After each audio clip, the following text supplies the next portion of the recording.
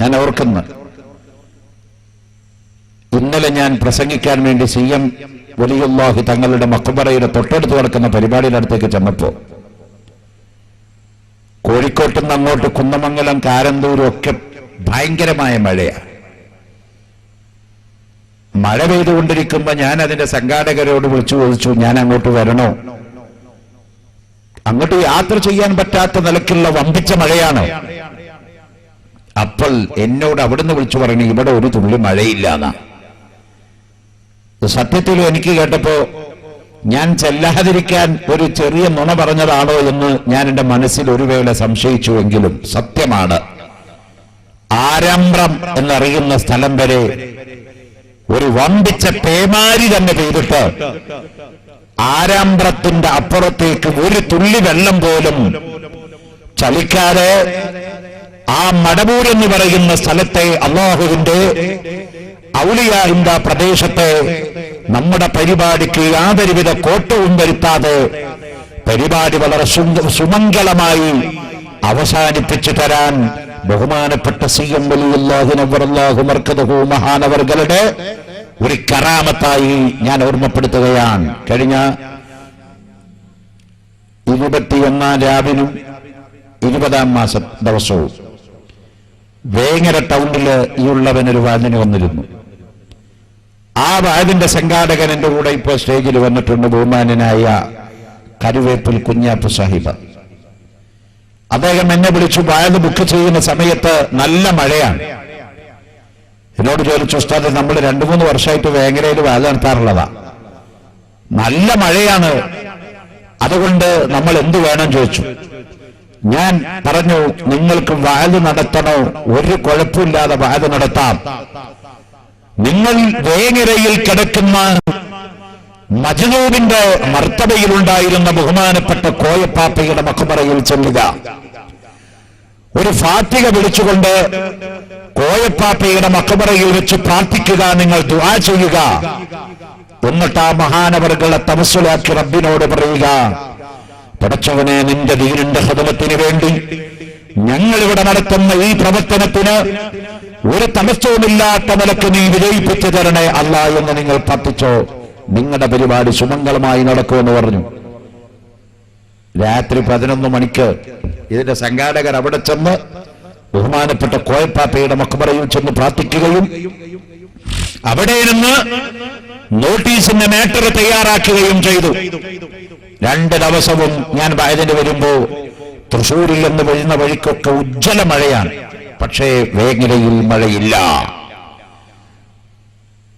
അല്ലാഹുവിന്റെ ഔലിയാക്കൾക്ക് അത് നിഷ്പ്രയാസം സാധിക്കും. നിങ്ങൾക്കറിഞ്ഞുകൂടെ, തൃശ്ശൂർ ജില്ലയിലെ ചാവക്കാടിനടുത്ത് ഞമനേങ്ങാട് എന്ന് പറഞ്ഞ ഒരു സ്ഥലമുണ്ട്. അവിടെ മറവിട്ട് കിടക്കുന്ന ഖാദിരിയ തരീഖത്തിന്റെ, ചിശ്തിയ തരീഖത്തിന്റെയും നക്ഷബന്ദി തരീഖത്തിന്റെയും ഒരു ശൈഖായിരുന്ന ബഹുമാനപ്പെട്ട ഞമനേങ്ങാട് ഏനിക്കുട്ടി മുസ്ലിയാർ നവ്വറല്ലാഹു മർകദഹു മഹാനവർകൾ. ഏനിക്കുട്ടി മുസ്ലിയാരുടെ ജീവിതകാലത്തെ കറാമത്ത് എന്തായിരുന്നു? അദ്ദേഹത്തിന്റെ വരുമാനം മഴ പെയ്യിപ്പിച്ചു കൊടുക്കലായിരുന്നു. ഏനിക്കുട്ടി മുസ്ലിയാരെ കൊല്ല ആളുകൾ വരുന്നത്, ബഹുമാനപ്പെട്ട ഉസ്താദെ ഞങ്ങൾക്ക് മഴ വേണമെന്ന് പറയാനായിരുന്നു. മഴ വേണമെന്ന് ഏനിക്കുട്ടി മുസ്ലിയാരോട് പറയുമ്പോ ബഹുമാനപ്പെട്ട ഏനിക്കുട്ടി മുസ്ലിയാർ പറഞ്ഞിരുന്നത്, ആർക്കൊക്കെയാണ് മഴ വേണ്ടത് എന്ന് ചോദിക്കും. ഈ വടക്കേല പോക്കറിന് മഴ വേണം, കുഞ്ഞാപ്പൂവിന് മഴ വേണം, അബൂക്കറിന് മഴ വേണം. ഇങ്ങനെ മഴ വേണമെന്ന് പറഞ്ഞ ആളുകളുടെ പേര് മുഴുവൻ എഴുതി വെക്കും. എന്നിട്ട് പറയും, ഇന്ന് രാത്രി ഇത്ര മണിക്ക് നിങ്ങൾക്കൊക്കെ മഴയുണ്ടാവും. മഴ വേണ്ട എന്ന് പറയുന്ന ആളുകളുടെ ഭാഗത്തേക്ക് മഴയില്ല. തൊട്ടടുത്ത് കിടക്കുന്ന പറമ്പിൽ മഴ പെയ്യുന്നു, അപ്പുറത്തെ പറമ്പിൽ മഴയില്ല. ബഹുമാനപ്പെട്ട ഏനിക്കുട്ടി മുസ്ലിയാര് മഴയ്ക്ക് വേണ്ടി പ്രാർത്ഥിക്കാൻ വന്നായിരുന്ന ആളുകളോട് പറയുമായിരുന്നു, എനിക്കും എന്റെ ഭാര്യയ്ക്കും ഇന്ന് ജീവിക്കണമെങ്കിൽ അരി വാങ്ങിക്കാൻ പൈസ ഇല്ല, അതുകൊണ്ട് മഴ വേണോ, ഒരു 100 രൂപ ഇങ്ങ് കൊണ്ടുപോവാ, ഒരു 200 രൂപ ഇങ്ങ് കൊണ്ടുപോവാ എന്ന് പറഞ്ഞുകൊണ്ട് പ്രതിഫലം വാങ്ങിക്കൊണ്ട് തന്നെ അല്ലാഹുവിന്റെ ഭാഗത്തുനിന്ന് മഴ ചോദിച്ചു വാങ്ങിയ എത്രയോ മഹാന്മാരായ ഔലിയാക്കൾ ലോകത്ത് കഴിഞ്ഞു പോയിട്ടുണ്ട്. ബഹുമാനപ്പെട്ട ഏനിക്കുട്ടി മുസ്ലിയാരുടെ ചരിത്രമെടുത്ത് ചോദിച്ചു നോക്കിയാൽ ഈ സംഭവം വളരെ വ്യക്തമായി നമുക്ക് കാണാം. ഈ അടുത്ത കാലത്ത് ജീവിച്ചു മൺമറഞ്ഞു പോയ മഹാനായ ഞമനേങ്ങാടി എലിക്കുട്ടി മുസ്ലിയാർ മഹാനവർകൾ. പ്രിയപ്പെട്ടവരെ, ഞാൻ പറഞ്ഞു വെച്ചത് അഹ്ലുസുന്നത്തി വൽ ജമാഅത്തിൽ വിശ്വസിക്കുന്ന, യഥാർത്ഥ ഇസ്ലാമിന്റെ പാരമ്പര്യ മൂല്യത്തിൽ വിശ്വസിക്കുന്ന നമ്മെ സംബന്ധിച്ചിടത്തോളം ഞാൻ ഒരു വേള ഈ സ്റ്റേജിന്റെ മുകളിൽ നിന്ന് ആലോചിച്ചു പോയി. ഞാൻ ആദ്യം ഇവിടെ പ്രസംഗിക്കാൻ വരുമ്പോ ഇങ്ങനെ ഒരു സ്ഥാപനം അവിടെ തുടങ്ങിയെങ്കിലും പടച്ചോൻ ഇത് എവിടെ എത്തുകയെന്ന് ചിന്തിച്ചിരുന്നു. കാരണം ഇത് മലപ്പുറം ജില്ലയിൽ എണ്ണയാൽ ഒടുങ്ങാത്ത അത്ര സ്ഥാപന, ഇതൊക്കെ ധർമ്മപ്പിരിവെടുത്ത് നടത്തേണ്ട സ്ഥാപനാണ്. അതുകൊണ്ട് ഇതിന്റെ ഭാവി എന്താണെന്ന് ചിന്തിച്ചിരുന്നു. പക്ഷേ കേരളത്തിന്റെ ഒരു തല മുതൽ മറ്റേ തല വരെ നടന്ന ബഹുമാനപ്പെട്ട വലിയുല്ലാഹി സി.എം. അബൂബക്കർ മുസ്ലിയാർ മടവൂരിനെ പുറന്നാഹു മർക്കബഹു മഹാനവർകളുടെ പേരിട്ട ഏത് സ്ഥാപനമുണ്ടോ അതൊരെണ്ണം പരാജയപ്പെടാതെ പ്രതീക്ഷയുടെ അപ്പുറത്തത് വലിയ വമ്പിച്ച വിജയത്തിലേക്ക് ഉയർന്നുകൊണ്ടിരിക്കുകയാണ്. നാട്ടുകാരായ ഈ വാട് കേൾക്കാൻ വേണ്ടി വന്ന ശ്രോതാക്കളായ മുഴുവൻ സത്യവിശ്വാസികളെയും വിശ്വാസിനികളെയും ഓർമ്മപ്പെടുത്തിക്കൊണ്ട് പറയുകയാണ്, നാം പേരിട്ടിരിക്കുന്ന ഈ നഗരിയുടെ, ഈ സ്ഥാപനത്തിന്റെ നാമധേയക്കാരനായ ആ മഹാനായ വലിയ അദ്ദേഹത്തിന്റെ കറാമത്ത് മരണത്തിന്റെ ശേഷവും നിരുപാധികം തുടർന്നുകൊണ്ടേ ഇരിക്കുന്നു. അതിന്റെ ഒരു ഭാഗം തന്നെയാണ് ഈ സ്ഥാപനങ്ങൾ ഇങ്ങനെ താഴ്ച വളരല്. അതുകൊണ്ട് പ്രിയപ്പെട്ടവരെ, നമ്മുടെ ഈ മഹത്തായ സ്ഥാപനം, ഈ പരിപാടിയും അല്ലാഹു പൊരുത്തപ്പെട്ട ഒരു സ്ഥാപനമായി അവന്റെ അടുത്ത് കബൂൽ ചെയ്യുകയും ദുആക്ക് ഇജാബത്തുള്ള, നേർച്ചകൾക്ക് ഫലസിദ്ധി കാണുന്ന തബറുക്കിന്റെ ഒരു സ്ഥാപനമായി അല്ലാഹു മാറ്റിത്തരികയും ചെയ്യട്ടെ, ആമീൻ എന്ന് ദുആ ചെയ്യുന്നു. മോനെ, ആ ഉറങ്ങുന്ന മക്കളെയൊക്കെ ഒന്ന് വിളിച്ച. വയലിന്റെ സദസ്സിൽ മഴ പെയ്തപ്പോ ഇത്രയും നല്ല ഒരു സ്ഥലത്ത് ഞാനിങ്ങനെ ഇവിടെ ഇങ്ങനെ നോക്കുമ്പോ ഇങ്ങനത്തെ ഒരു സ്ഥലം എവിടുന്ന് കിട്ടി ഇവിടെ എന്നാ. ഈ മമ്പീതി എന്ന് പറഞ്ഞ് വരുമ്പോഴേ മനസ്സിൽ തോന്നുന്ന ഒരു സന്തോഷത ഇവിടെയാവും വയലിന്. കാരണം പല സ്ഥലത്തും വയലിന് പോകുന്നുണ്ട്. ഇത്രയും മനോഹരമായ ഒരു സ്ഥലം അത് വേറെ എവിടെയും കാണാൻ പറ്റില്ല. നല്ല പുല്ല്, ഇത്രയും പുല്ല് വെച്ച് പിടിപ്പിക്കണമെങ്കിൽ ലക്ഷക്കണക്കിന് രൂപയാണ് ഇപ്പൊ പുല്ലുണ്ടാക്കാൻ ചെലവഴിക്കുന്നത്. ഈ പുല്ലൊക്കെ വെട്ടിമാറ്റാൻ വേണ്ടി ആയിരക്കണക്കിന് രൂപയാണ് ചെലവഴിക്കുന്നത്. അപ്പൊ നല്ല ഒരു പരവതാനിയില് മഴയും അല്ലാഹു തആല തന്നു, നല്ല കൂളിംഗ് ആയി, അന്തരീക്ഷം തന്നെ എയർ കണ്ടീഷനാക്കി മാറ്റിയത് നമുക്ക് കൂർക്ക വലിച്ച് കിടന്നുറങ്ങാനല്ല. അതുകൊണ്ട് ഞാൻ വളരെ കുറച്ചു കാര്യം പറയുന്നുള്ളൂ. കാരണം വയലിൽ നാളെ നടക്കാൻ പോണേ പറഞ്ഞല്ലോ. ഈസാ നബി അലൈഹിസ്സലാം പറഞ്ഞതുപോലെ ബൈബിൾ നോക്കിയാൽ കാണാലോ. യോഹന്നാൻ സുവിശേഷത്തിന്റെ 18-ാം അധ്യായത്തിലെ 20-21 വാചകത്തില് യേശുക്രിസ്തു എന്ന് പറയുന്ന റൂഹുല്ലാഹി ഈസാ അലൈഹിസ്സലാം വരാൻ പോകുന്ന അഷ്റഫുൽ ഖൽഖ് മുഹമ്മദുർ റസൂലുള്ളാഹി സ്വല്ലല്ലാഹു അലൈഹി വസല്ലം തങ്ങളെപ്പറ്റി എഴുതി വച്ചിരിക്കുന്നത്, ഞാൻ നിങ്ങളോടൊരു മുന്നറിയിപ്പ് തരാൻ വേണ്ടി വരുന്നവൻ മാത്രമാണ്. എന്റെ ശേഷം വരാൻ പോകുന്ന മനുഷ്യന്റെ കാലിൽ കിടക്കുന്ന ചെരുപ്പിന്റെ വള്ളി ചുമക്കാൻ പോലും ഞാൻ അർഹനല്ല. അത്രയും വലിയ ലോകത്തിന്റെ മുഴുവൻ പരിശുദ്ധാത്മാവായ അഷ്റഫുൽ ഖൽഖ് മുഹമ്മദുർ റസൂലുള്ളാഹി തങ്ങളുടെ വരവിനെ അറിയിക്കാൻ വേണ്ടി വന്ന ആള് മാത്രമാണ് ഞാനെന്ന് യേശുക്രിസ്തുവിന്റെ അനുയായികളായ ക്രിസ്ത്യാനികളുടെ കയ്യിലുള്ള ബൈബിളില് ഇപ്പോഴും മാറ്റാതെ തിരുത്താതെ കിടക്കുകയാണ് അഷ്റഫുൽ ഖൽഖ് റസൂലുള്ളാഹി സ്വല്ലല്ലാഹു അലൈഹി വസല്ലം തങ്ങളെ പറ്റിയുള്ള വാചകങ്ങൾ. പ്രിയപ്പെട്ടവരെ, കാലോചിതമായ 1-2 കാര്യം ഈ സമയത്ത് നിങ്ങളുടെ ശ്രദ്ധയിൽപ്പെടുത്താൻ ഈ ഉള്ളവൻ ആഗ്രഹിക്കുകയാണ്. ഓരോ സമയങ്ങളിലും പരിശുദ്ധ ഇസ്ലാമിനെയും മുസ്ലിമീങ്ങളെയും ഓരോ വിഷയങ്ങൾ പറഞ്ഞ് ബോധവൽക്കരണം നടത്തൽ ആവശ്യമാണ്. അഫ്ളലുൽ ഇൽമി ഇൽമുൽ ഹാൽ, അറിവിൽ വെച്ച് ഏറ്റവും വലിയ അറിവ് സന്ദർഭോചിതമായ അറിവാണ്. നമ്മുടെ ആയുഷ്കാലം മുഴുവൻ നാം നിസ്കാരത്തെ സംബന്ധിച്ച് ചർച്ച ചെയ്താൽ തീരില്ല. നമ്മുടെ ആയുഷ്കാലം മുഴുവൻ നാം നോമ്പിന്റെ മസ്അല പറഞ്ഞ് ബാല് പറഞ്ഞാൽ തീരില്ല. നമ്മുടെ ആയുഷ്കാലം മുഴുവൻ സകാത്തിന്റെ മസ്അല ചർച്ച ചെയ്താൽ തീരില്ല. ഇസ്ലാമിന്റെ അറിവുകളൊക്കെ അത്രയും പ്രവിശാലമാണ്, അത്രയും വലിയ അറിവിന്റെ ആഴമാണ് അള്ളാഹുവിന്റെ അറിവാകുന്ന പരിശുദ്ധ ദീനുൽ ഇസ്ലാം. എന്നാൽ വളരെ സന്ദർഭോചിതമായ, അവസരോചിതമായ, ശ്രദ്ധേയമായ 1-2 കാര്യങ്ങൾ നിങ്ങളുടെ മുമ്പിൽ കൊണ്ടുവരാൻ ഇൻഷാ അല്ലാഹ് ഈ സമയം ഞാൻ ആഗ്രഹിക്കുകയാണ്. പ്രിയപ്പെട്ടവരെ, ലോകത്ത് ഇസ്ലാം, അല്ലാഹുവിന്റെ മതമായ പരിശുദ്ധ ഇസ്ലാം, അത് വളർന്നുകൊണ്ടേ ഇരിക്കുകയാണ്. ഇസ്ലാം വളർന്നുകൊണ്ടേ ഇരിക്കുകയാണ്. നമ്മളെ ചെറിയ ബുദ്ധി കൊണ്ട് ചിലപ്പോൾ ചിന്തിച്ചു നോക്കുമ്പോ ഇസ്ലാമൊക്കെ പാകം ഒഴിച്ചു പോയി തളർന്നുകൊണ്ടിരിക്കാൻ തോന്നും അല്ലേ? ഇറാഖിൽ ഇന്നലെ 100 ആൾ മരിച്ചു, അഫ്ഗാനിസ്ഥാനിൽ പൊട്ടിത്തെറി 50 അവിടെ പോയി, ബോസ്നിയയിലും ചെച്ചനിയിലും കാശ്മീരിലും മരിക്കുന്നതിന് ഹദ്ദു ഹസറുമില്ല. എവിടെ നോക്കിയാലും മരിക്കുന്നതും ആക്രമിക്കപ്പെടുന്നതും നശിപ്പിക്കപ്പെടുന്നതും ഒക്കെ മുസ്ലിങ്ങളും മുസ്ലിങ്ങളുടെ സ്ഥാപനങ്ങളുമാണ്.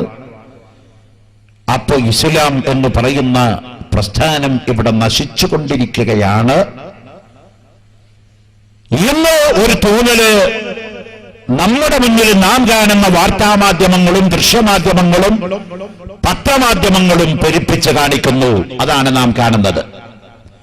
എന്നാൽ സത്യം അങ്ങനെയല്ല. അല്ലാഹു റബ്ബുൽ ഇസ്സത്ത് അവന്റെ പരിശുദ്ധ ഖുർആനിൽ പ്രഖ്യാപിച്ചിട്ടുണ്ട്, വലില്ലാഹിൽ ഇസ്സത്തു വലിറസൂലിഹി വലിൽ മുഅ്മിനീൻ.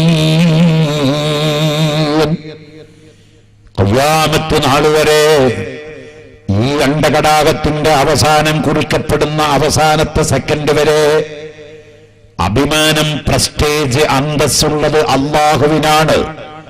അല്ലാഹുവിന്റെ ഹബീബായ റസൂലുള്ളാഹി മുഹമ്മദ് നബി തങ്ങൾക്കാണ്.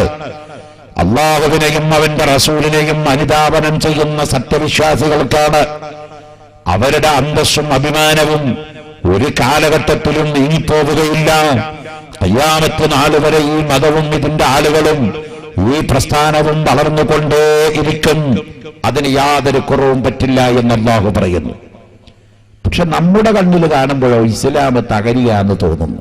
നാം ചിന്തിക്കപ്പെടേണ്ട വളരെ പ്രധാനപ്പെട്ട ഒരു കാര്യമാണ് ഓർമ്മപ്പെടുത്തുന്നത്. ഈ അടുത്ത ദിവസം ഉറങ്ങ ഈ അടുത്ത ദിവസം ക്രിസ്ത്യാനികളുടെ നേതാവായ റോമൻ കത്തോലിക്ക സഭയുടെ പരമോന്നതനായ നേതാവായ ബെനഡിക്ട് 16 മാർപ്പാപ്പ, അദ്ദേഹം ക്രിസ്ത്യാനികളുടെ രാജ്യമായ വത്തിക്കാൻ സിറ്റിയിൽ നടത്തിയ ഒരു പ്രസംഗത്തിൽ ഇസ്ലാമിനെയും മുസ്ലിമീങ്ങളെയും സംബന്ധിച്ച് അദ്ദേഹം പറഞ്ഞു, ലോകത്ത് ഇസ്ലാമിന്റെ ഈ കാണുന്ന വളർച്ച പ്രവാചകനായ അഷ്റഫുൽ ഖൽഖ് മുഹമ്മദുർ റസൂലുള്ളാഹി സല്ലല്ലാഹു അലൈഹി വസല്ലമ തങ്ങൾ വാളുകൊണ്ട് യുദ്ധം ചെയ്ത് വെട്ടിപ്പിടിച്ച് നേടിയെടുത്തതാണ്. വാളുകൊണ്ട് യുദ്ധം ചെയ്ത് വെട്ടിപ്പിടിച്ച് നേടിയെടുത്ത വളർച്ചയാണ്.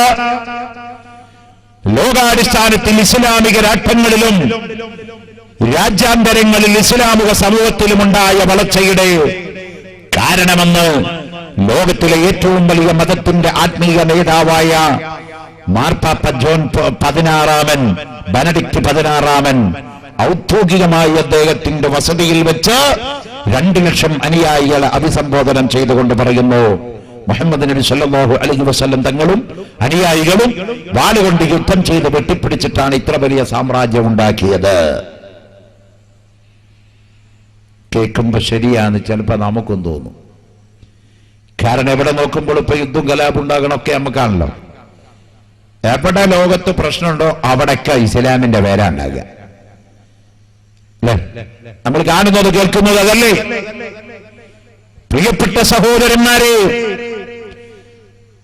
ഒരുപക്ഷേ മാർപ്പാപ്പ ഇങ്ങനെ പറയാൻ അദ്ദേഹത്തെ പ്രേരിപ്പിച്ച ഘടകം എന്താണെന്ന് നമ്മൾ ആരും ചിന്തിച്ചിട്ടുണ്ടാവില്ല.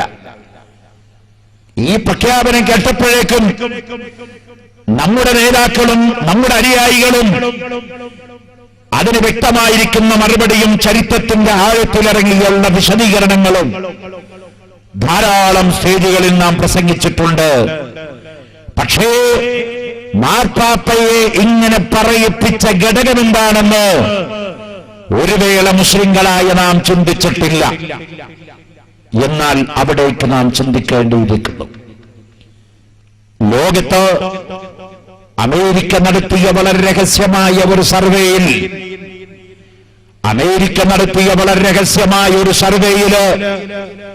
ഞെട്ടിക്കുന്ന ഒരു വിവരമാണ് അമേരിക്കയെയും ഇസ്രയേലിനെയും ആകുലപ്പെടുത്തിയത്. എന്തായിരുന്നു ആ സർവേ എന്നോ? ലോകത്ത് വളർന്നുകൊണ്ടിരിക്കുന്ന മനുഷ്യ സമൂഹത്തില് ഏറ്റവും വളർന്നുകൊണ്ടിരിക്കുന്ന മതം ഇസ്ലാം മതമാണെന്നും ലോകത്തെ ജനസംഖ്യയിൽ 5-1 മുസ്ലിമാണെന്നും അമേരിക്ക നടത്തിയ സർവേയുടെ ഫലം വന്നപ്പോൾ വത്തിക്കാനിരിക്കുന്ന പോപ്പ് തിരുമനസിന്റെ ഹൃദയം പടപടച്ചുപോയി. എല്ലാവിധ സർവസന്നാഹങ്ങളുണ്ടായിട്ടും കോടിക്കണക്കിന് ഡോളറുകളും ദിനാറുകളും വാരിവിതറിയിട്ടും മിഷണറി പ്രവർത്തകന്മാർ രാജ്യാന്തരങ്ങൾ മുഴുവൻ ഊരിചുറ്റിയിട്ടും രാവും പകലും വ്യത്യാസമില്ലാതെ പുരുഷനും സ്ത്രീയും ഇറങ്ങിയിട്ട് മതത്തിന്റെ പേരിൽ പ്രചരണങ്ങൾ നടത്തിയിട്ടും ലോകത്ത് വളരുന്ന നമ്പർ 1 സമുദായം ഇസ്ലാം ദീനാണ്. ലോകം മുഴുവൻ ഇസ്ലാമിന്റെ കൈപ്പിടിയിൽ ഒതുങ്ങുകയാണ്. ലോകത്തുള്ള ലോകകോടി ജനസംഖ്യയില് 5-1 മുസ്ലിമാണ്. 2500 മതങ്ങളില്ലതില് 5-1 ഇസ്ലാമാണെന്ന് വരുമ്പോ ബാക്കിയുള്ള 4 ആളെ വെച്ച് 2499 മതങ്ങളും വീതം വെക്കണം. അപ്പൊ ലോകത്ത് ഇസ്ലാമിന്റെ വളർച്ച എവിടെ? നാമൊക്കെ കാണുന്ന ചിന്തിക്കുന്നതിന്റെ അപ്പുറത്തേക്ക് പടച്ചറബ് പരിശുദ്ധ ഇസ്ലാം ദീനിനെ വളർത്തുകയാണ്. അല്ലെങ്കിൽ നമ്മുടെ മമ്പീതിയില് നമ്മൾ ചിന്തിച്ചതാണോ ഇങ്ങനെ സ്ഥാപനം വരുമെന്ന്? ഇത്ര വലിയൊരു സ്ഥാപനം ഇവിടെ കെട്ടിപ്പടുക്കാൻ കഴിയുമെന്ന് ബഹുമാന്യനായ എന്റെ പ്രിയപ്പെട്ട സുഹൃത്ത് അബ്ദുൽ ഖാദർ ഹസനി മമ്പീദിയുടെ കാരണമായി നാട്ടിൽ ഇത്ര വലിയൊരു സ്ഥാപനം, ഒരു ഇസ്ലാമിക പ്രവർത്തനത്തിന്റെ ഒരു വലിയ സ്ഥാപനം ഇവിടെ പൊങ്ങി വരുമെന്ന് ഈ സദസ്സിരിക്കുന്ന കാരണവന്മാരെ നിങ്ങളുടെ ഹൃദയത്തിൽ എപ്പോഴെങ്കിലും നിങ്ങൾ ആലോചിച്ചിട്ടുണ്ടോ? പടച്ചറബ് ഇവിടുത്തെ ദീനിന്റെ വളർച്ചയ്ക്ക് ബഹുമാന്യനായ സുഹൃത്തിനെ ഒരു കാരണക്കാരനാക്കുകയാണ്. ലോകത്തെങ്ങനെ ഇസ്ലാമിന്റെ വളർച്ചയ്ക്ക് പടച്ച തമ്പുരാൻ പല പല ആളുകളെയും തെരഞ്ഞെടുക്കുന്നുണ്ട്. ആ തെരഞ്ഞെടുത്തവരാണ് ഭാഗ്യവാന്മാർ, ആ തെരഞ്ഞെടുത്തവരാണ് മുത്തഖീങ്ങൾ, ആ തെരഞ്ഞെടുക്കുന്നവരാണ് അല്ലാഹു പൊരുത്തപ്പെട്ട അവന്റെ ദീനിന്റെ ഖാദിമീങ്ങൾ.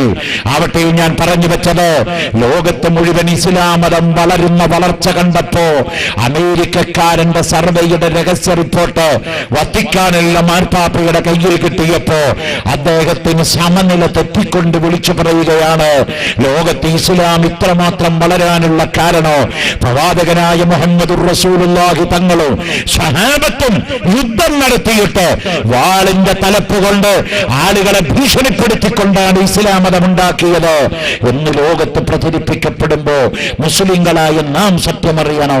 അറിഞ്ഞ സത്യം ലോകത്ത് പ്രചരിപ്പിക്കപ്പെടണോ? ആ ഒരൊറ്റ വിശദീകരണം നിങ്ങളുടെ മുമ്പിലേക്ക് ഞാൻ കൊണ്ടുവരികയാണ്. നോക്കൂ നിങ്ങൾ, ഇസ്ലാമിന്റെ യുദ്ധത്തിൽ ആദ്യത്തെ യുദ്ധമേതാണ്?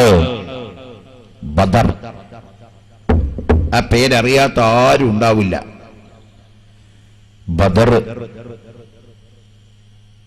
ഇസ്ലാമിന്റെ ആദ്യത്തെ യുദ്ധം അതാണ്. ആ ബദർ യുദ്ധം മുതൽ ബഹുമാനപ്പെട്ട അഷ്റഫുൽ ഖൽഖ് മുഹമ്മദുർ റസൂലുള്ളാഹി, ഉറക്കെ പറഞ്ഞോ മുഹമ്മദുർ റസൂലുള്ളാഹി സല്ലല്ലാഹു അലൈഹി വസല്ലം തങ്ങളുടെ വഫാത്ത് വരെ അല്ലാഹുവിന്റെ റസൂല് നേരിട്ട് പങ്കെടുത്ത യുദ്ധങ്ങൾ 20ഓളം വരുന്ന യുദ്ധങ്ങൾ.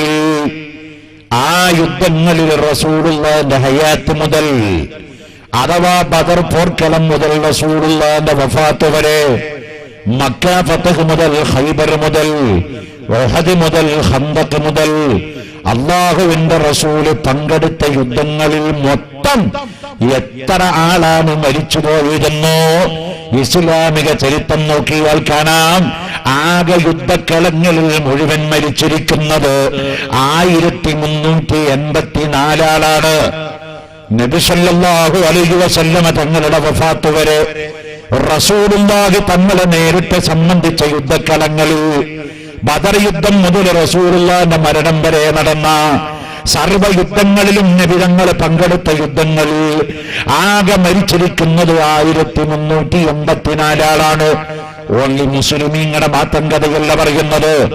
കാഫിരീങ്ങളുടെയും മുസ്ലിമീങ്ങളുടെയും ഭാഗത്തുനിന്ന്, സത്യവിശ്വാസികളെയും അസത്യവാദികളുടെയും ഭാഗത്തുനിന്ന്, 2 ഭാഗത്തുനിന്നും ആകെ മരിച്ചവരുടെ ആക്ച്വലി കണക്കാണ് ഞാൻ പറഞ്ഞത്. ബദർ യുദ്ധത്തിൽ ആകെ മരിച്ചത് 84 ആളാണ്. 70 കാഫിരീങ്ങൾ ചത്തു വീണപ്പോ 14 മുസ്ലിമീങ്ങൾ അവിടെ ഷഹീദായിട്ടുണ്ട്. അതുപോലെ ഉഹദ് യുദ്ധത്തിലും 80 ചില്ലാനം ആളുകളാണ് മരണപ്പെടുന്നത്.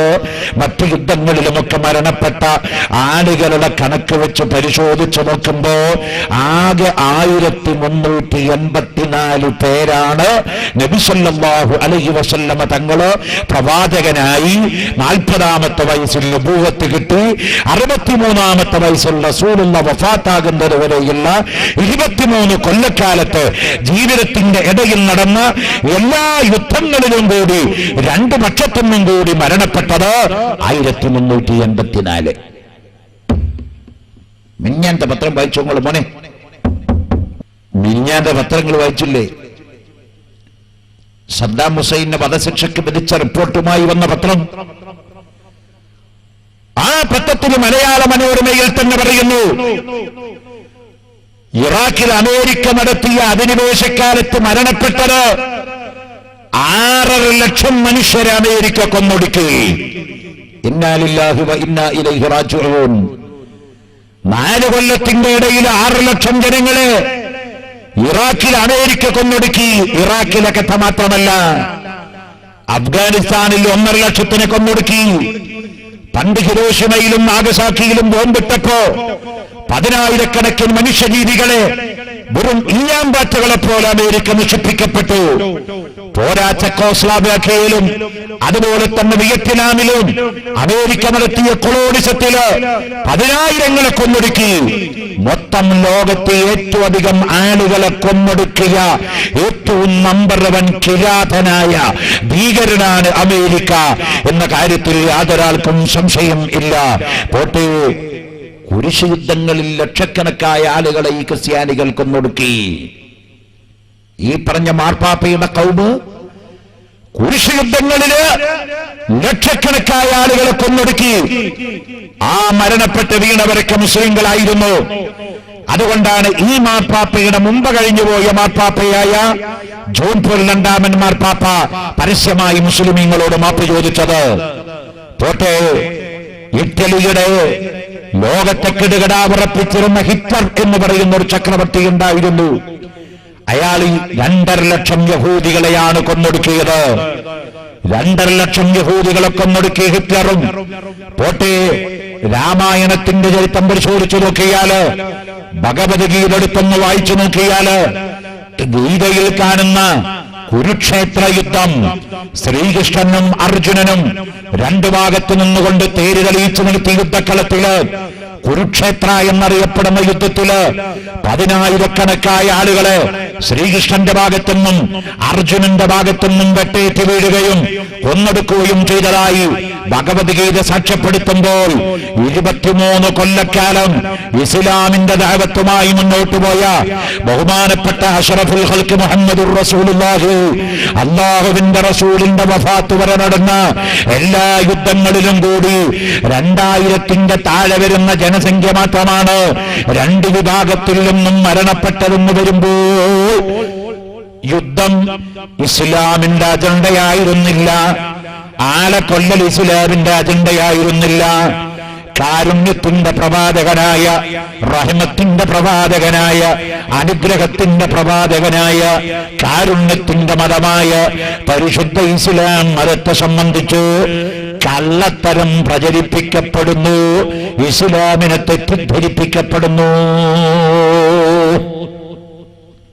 നോക്കൂ, നിങ്ങൾ ഒരു സംഭവം നോക്കൂ. ബദർ യുദ്ധം കഴിഞ്ഞപ്പോ ബഹുമാനപ്പെട്ട അഷ്റഫുൽ ഖൽഖ് മുഹമ്മദുർ റസൂലുള്ളാഹി സല്ലല്ലാഹു അലൈഹി വസല്ലം തങ്ങളുടെ പാർട്ടിയായ സത്യവിശ്വാസികൾ, സഹാബത്ത് ബദറിൽ വമ്പിച്ച വിജയമുണ്ടായി. 313 സഹാബത്ത് ഒരു ഭാഗത്തും 950 ചില്ലാനം വരുന്ന മക്കാ മുശ്രിക്കീങ്ങൾ മറുഭാഗത്തു നിന്നുകൊണ്ട് ബദറിൽ യുദ്ധം നടന്നു. ആ യുദ്ധം നടന്നപ്പോ മുസ്ലിങ്ങൾ വലിയ വിജയം വരിച്ചു.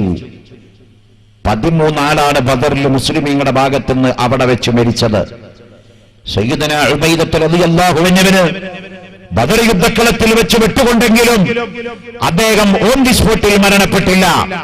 ബദറിൽ നിന്ന് വരുന്ന വഴിയിൽ വെച്ച് ബഹുമാനപ്പെട്ട ഉബൈദത്ത് റളിയല്ലാഹു അൻഹു വഫാത്താവുകയും അദ്ദേഹത്തെ ആ മരണപ്പെട്ട സ്ഥലത്ത് തന്നെ സ്വഹാബത്ത് ഖബറടക്കുകയും ചെയ്തിട്ടുണ്ട്. അങ്ങനെ മൊത്തം 14 ആള് ബദറിൽ ഷഹീദായി. എന്റെ പ്രിയപ്പെട്ട സഹോദരന്മാരെ, ആ ബദർ യുദ്ധമങ്ങ് കഴിഞ്ഞപ്പോൾ അബൂജാഹിൽ കൊല്ലപ്പെട്ടു, ഉത്ബത്ത് ചത്തു, ഷൈബത്ത് ചത്തു, വലീദ് ചത്തു, ഉഖബത്ത് ബിൻ അബീ മുഗൈത്തടക്കമുള്ള പ്രമാണികൾ പിന്നീട് ബദറിൽ കൊല്ലപ്പെട്ടു. ഇസ്ലാമിന്റെ ചരിത്രത്തിലെ വമ്പിച്ച വിജയം. മാത്രമല്ല, ബദർ യുദ്ധത്തിൽ അല്ലാഹുവിന്റെ റസൂലിനെയും സ്വഹാബത്തിനെയും തകർത്ത് തൂത്തുവാരാൻ വേണ്ടി മക്കത്തുനിന്ന് പുറപ്പെട്ട മക്കക്കാഫിരീങ്ങളിൽ നിന്ന് 100 ചില്ലാനം ആളുകളെ അല്ലാഹുവിന്റെ റസൂലിന്റെ സ്വഹാബത്ത് ബദർ യുദ്ധക്കളത്തിൽ വെച്ച് അറസ്റ്റ് ചെയ്തു. അവരെ മദീനത്തെ പള്ളിയുടെ ഈത്തപ്പനയുടെ കാലുകൊണ്ടുള്ള തൂണിന്റെ മുകളിൽ കൊണ്ടുവന്ന് സ്വഹാബത്ത് കൈക്ക് ആമം വെച്ച് അതാ അറസ്റ്റ് ചെയ്ത് കെട്ടിയിട്ടു.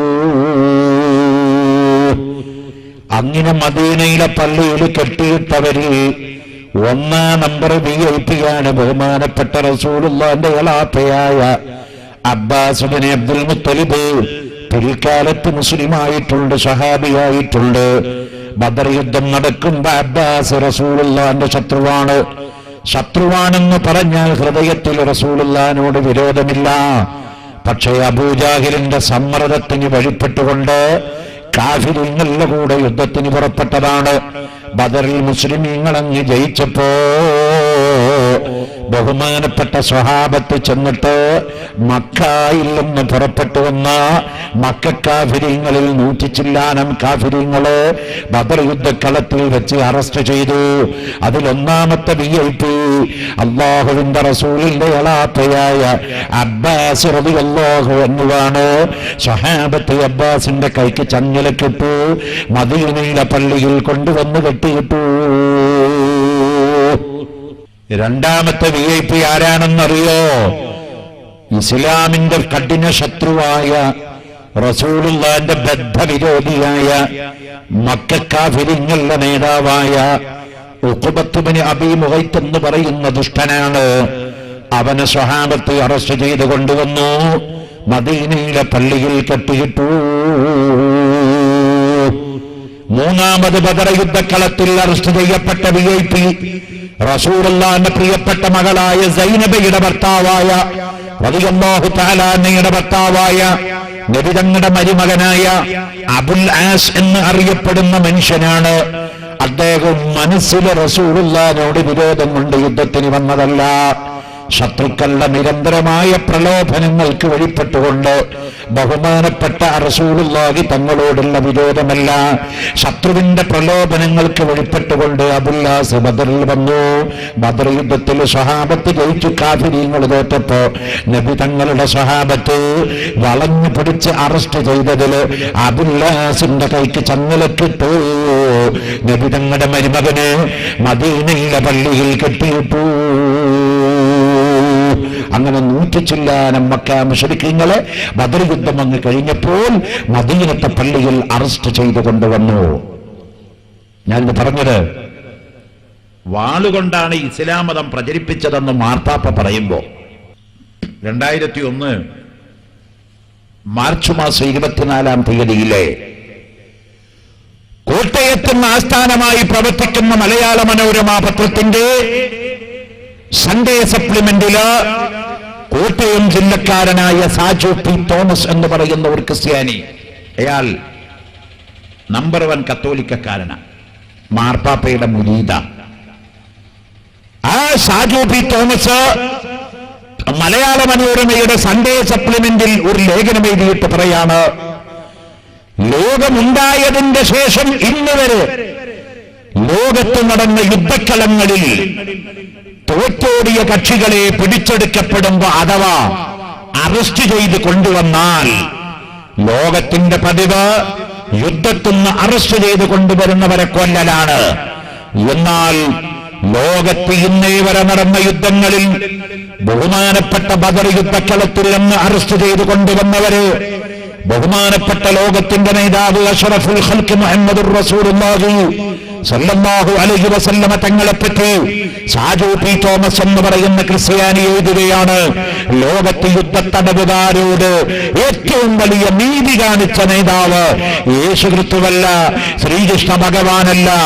ആരാണ് ലോകത്ത് യുദ്ധക്കളങ്ങളിൽ നിന്ന് പിടിച്ചെടുക്കപ്പെട്ട അറസ്റ്റ് ചെയ്യപ്പെട്ടവരോട് ഏറ്റവും വലിയ നീതി കാണിച്ചത്?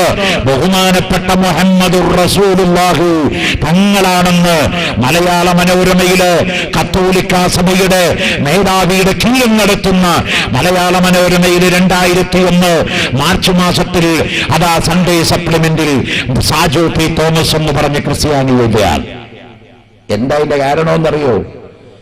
അതാണ് ഞാൻ പറഞ്ഞത്. ബദർ യുദ്ധത്തിൽ അറസ്റ്റ് ചെയ്ത് കൊണ്ടുവന്ന അബ്ബാസ് ഇബ്നു അബ്ദുൽ മുത്തലിബിന്റെ കൈക്ക് സ്വഹാബത്ത് ചങ്ങലക്കെട്ട് കെട്ടിയിട്ടു. അവിടെ ബദർ യുദ്ധമൊക്കെ കഴിഞ്ഞു. അബൂജാഹിലും പാർട്ടിയൊക്കെ ചത്ത വിവരം അല്ലാഹുവിന്റെ റസൂലിനോട് സ്വഹാബത്ത് ചെന്നിട്ട് പറഞ്ഞു, നബിയെ, അബൂജാഹിൽ ചത്തിട്ടുണ്ട്, ബദറില് ഉത്ബത്ത് ചത്തിട്ടുണ്ട്, ഷൈബത്ത് ചത്തിട്ടുണ്ടോ? ഇങ്ങനെ കാഫിര്യങ്ങളിൽ പ്രമുഖരായ ചത്ത വിവരം നബി തങ്ങളോട് ചെന്നിങ്ങനെ പറയുമ്പോ അല്ലാഹുവിന്റെ റസൂൽ അൽഹംദുലില്ലാഹ് യാ ഹയ്യു യാ ഖയ്യൂം എന്നിങ്ങനെ പറഞ്ഞ് സന്തോഷം രേഖപ്പെടുത്തുന്ന കൂട്ടത്തിൽ പറഞ്ഞു, നബിയെ, 100 ചില്ലാനം കാഫിര്യങ്ങൾ അറസ്റ്റ് ചെയ്ത് കൊണ്ടുവന്നിട്ടുണ്ട് എന്ന് പറഞ്ഞു. കൂട്ടത്തിൽ അല്ലാഹുവിന്റെ റസൂലിന്റെ സഹാബത്ത് പറഞ്ഞു, നബിയെ, അവിടുത്തെ സ്വന്തം എളാപ്പയായ അബ്ബാസ് ഇബ്നു അബ്ദുൽ മുത്തലിബിനെ ഞങ്ങൾ അറസ്റ്റ് ചെയ്തിട്ട് കൈക്ക് ചങ്ങല കൊണ്ട് കെട്ടിയിട്ട് മദീനത്ത് കെട്ടിയിട്ടുണ്ട് എന്ന് പറഞ്ഞു.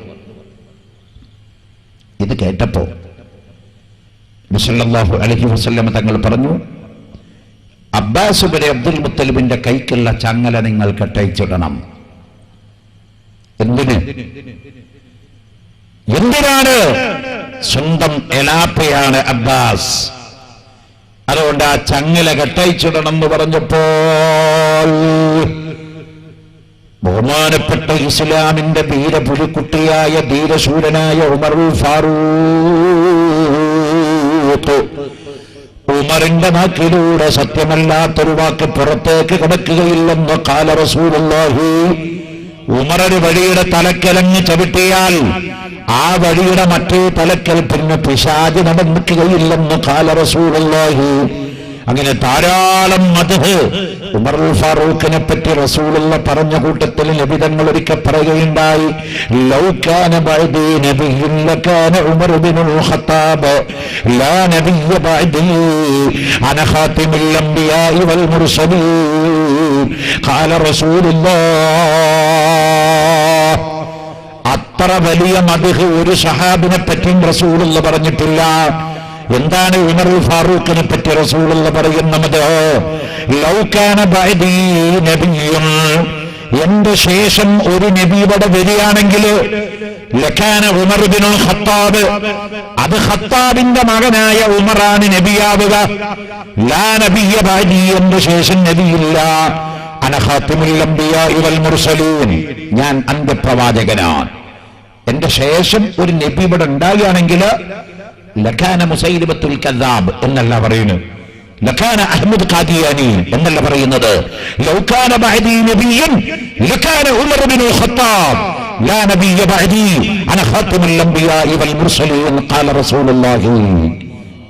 റസൂലുള്ള പറയുന്നു, എന്റെ ശേഷം ഒരു നബി ഇവിടെ ഉണ്ടാകുകയാണെങ്കിൽ അതിനുള്ള എല്ലാ യോഗ്യതയും ഒത്തണങ്ങിയ ഒറ്റ ശിഷ്യൻ 1,00,000 ചില്ലാനം വരുന്ന സ്വഹാബാക്കളിൽ അതിനർഹനായ ഒറ്റ ആളേ ഉള്ളൂ, അത് ബഹുമാനപ്പെട്ട ഉമറുൽ ഫാറൂഖാണെന്ന് ഖാല റസൂലുള്ളാഹ്.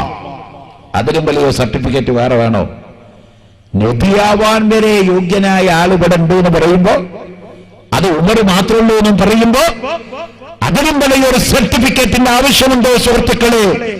ആ ഉമറുൽ ഫാറൂഖ് റളിയല്ലാഹു അൻഹു അവിടെ എഴുന്നേറ്റ് നിന്നുകൊണ്ട് ചോദിച്ചു, യാ റസൂലല്ലാഹ്, നബിയെ, എന്താ നിങ്ങൾ പറഞ്ഞത്? ഉമറിന്റെ പേര് കേട്ടാൽ പണ്ട് മക്കത്തെ ഇസ്ലാമിലേക്ക് ഉമറുൽ ഫാറൂഖ് വരുന്നതിന് മുമ്പേ ഈ മക്കത്ത് കുട്ടികളെ ഇങ്ങനെ ഓർക്കും. നമ്മുടെ നാട്ടിലുണ്ടാവല്ലോ പണ്ട് കുട്ടികളൊക്കെ ഓർക്കാറില്ലേ പെണ്ണുങ്ങൾ? തൊട്ടിത്തുണിയില് തൊട്ടില് അപ്പൊക്കെ പോയി, ഇപ്പൊ അതൊക്കെ അപ്രത്യക്ഷമായി. അത് പറഞ്ഞാൽ തന്നെ തിരിയാത്തൊരു കാലമായി. തൊട്ടിൽ തുണി കൊണ്ട് കെട്ടിയിട്ട് അതുമ്മ കയറിട്ടിട്ട് പുരയുടെ ഉത്തരത്തിന്റെ മുകളിലോ കഴുക്കോലിന്റെ മുകളിലൊക്കെ പണ്ട്, ഇപ്പൊ വറുപ്പ് കൂടായപ്പോ അതിന്റെ ഹുക്കിന്റെ മുകളിൽ കുളത്തിയിടും തൊട്ടില്. ഇപ്പോഴത്തെ തൊട്ടിലൊക്കെ ഡ്യൂപ്ലിക്കേറ്റ് അഡ്ജസ്റ്റ്മെന്റ് തൊട്ടില. പണ്ട് അങ്ങനെയല്ല, നല്ലൊരു തുണിയുടെ തൊട്ടിലുണ്ടാക്കി അത് പുരയുടെ ഉത്തരത്തിന്റെ മുകളിലോ കഴുക്കോലിന്റെ മുകളിലോ കെട്ടിയിട്ട് ആ തൊട്ടിത്തുണിയിലാണ് കുട്ടികളെ കൊണ്ടുപോയി ഉമ്മമാർ ഉറക്കാറുള്ളത്. അങ്ങനെ തൊട്ടിത്തുണിയിൽ കുട്ടികളെ ഉറക്കുമ്പോ ഉമ്മമാര് ആ കുട്ടികൾക്ക് ഒരു പാട്ട് പാടിക്കൊടുക്കും. എന്ത് പാട്ടാ പാടുക?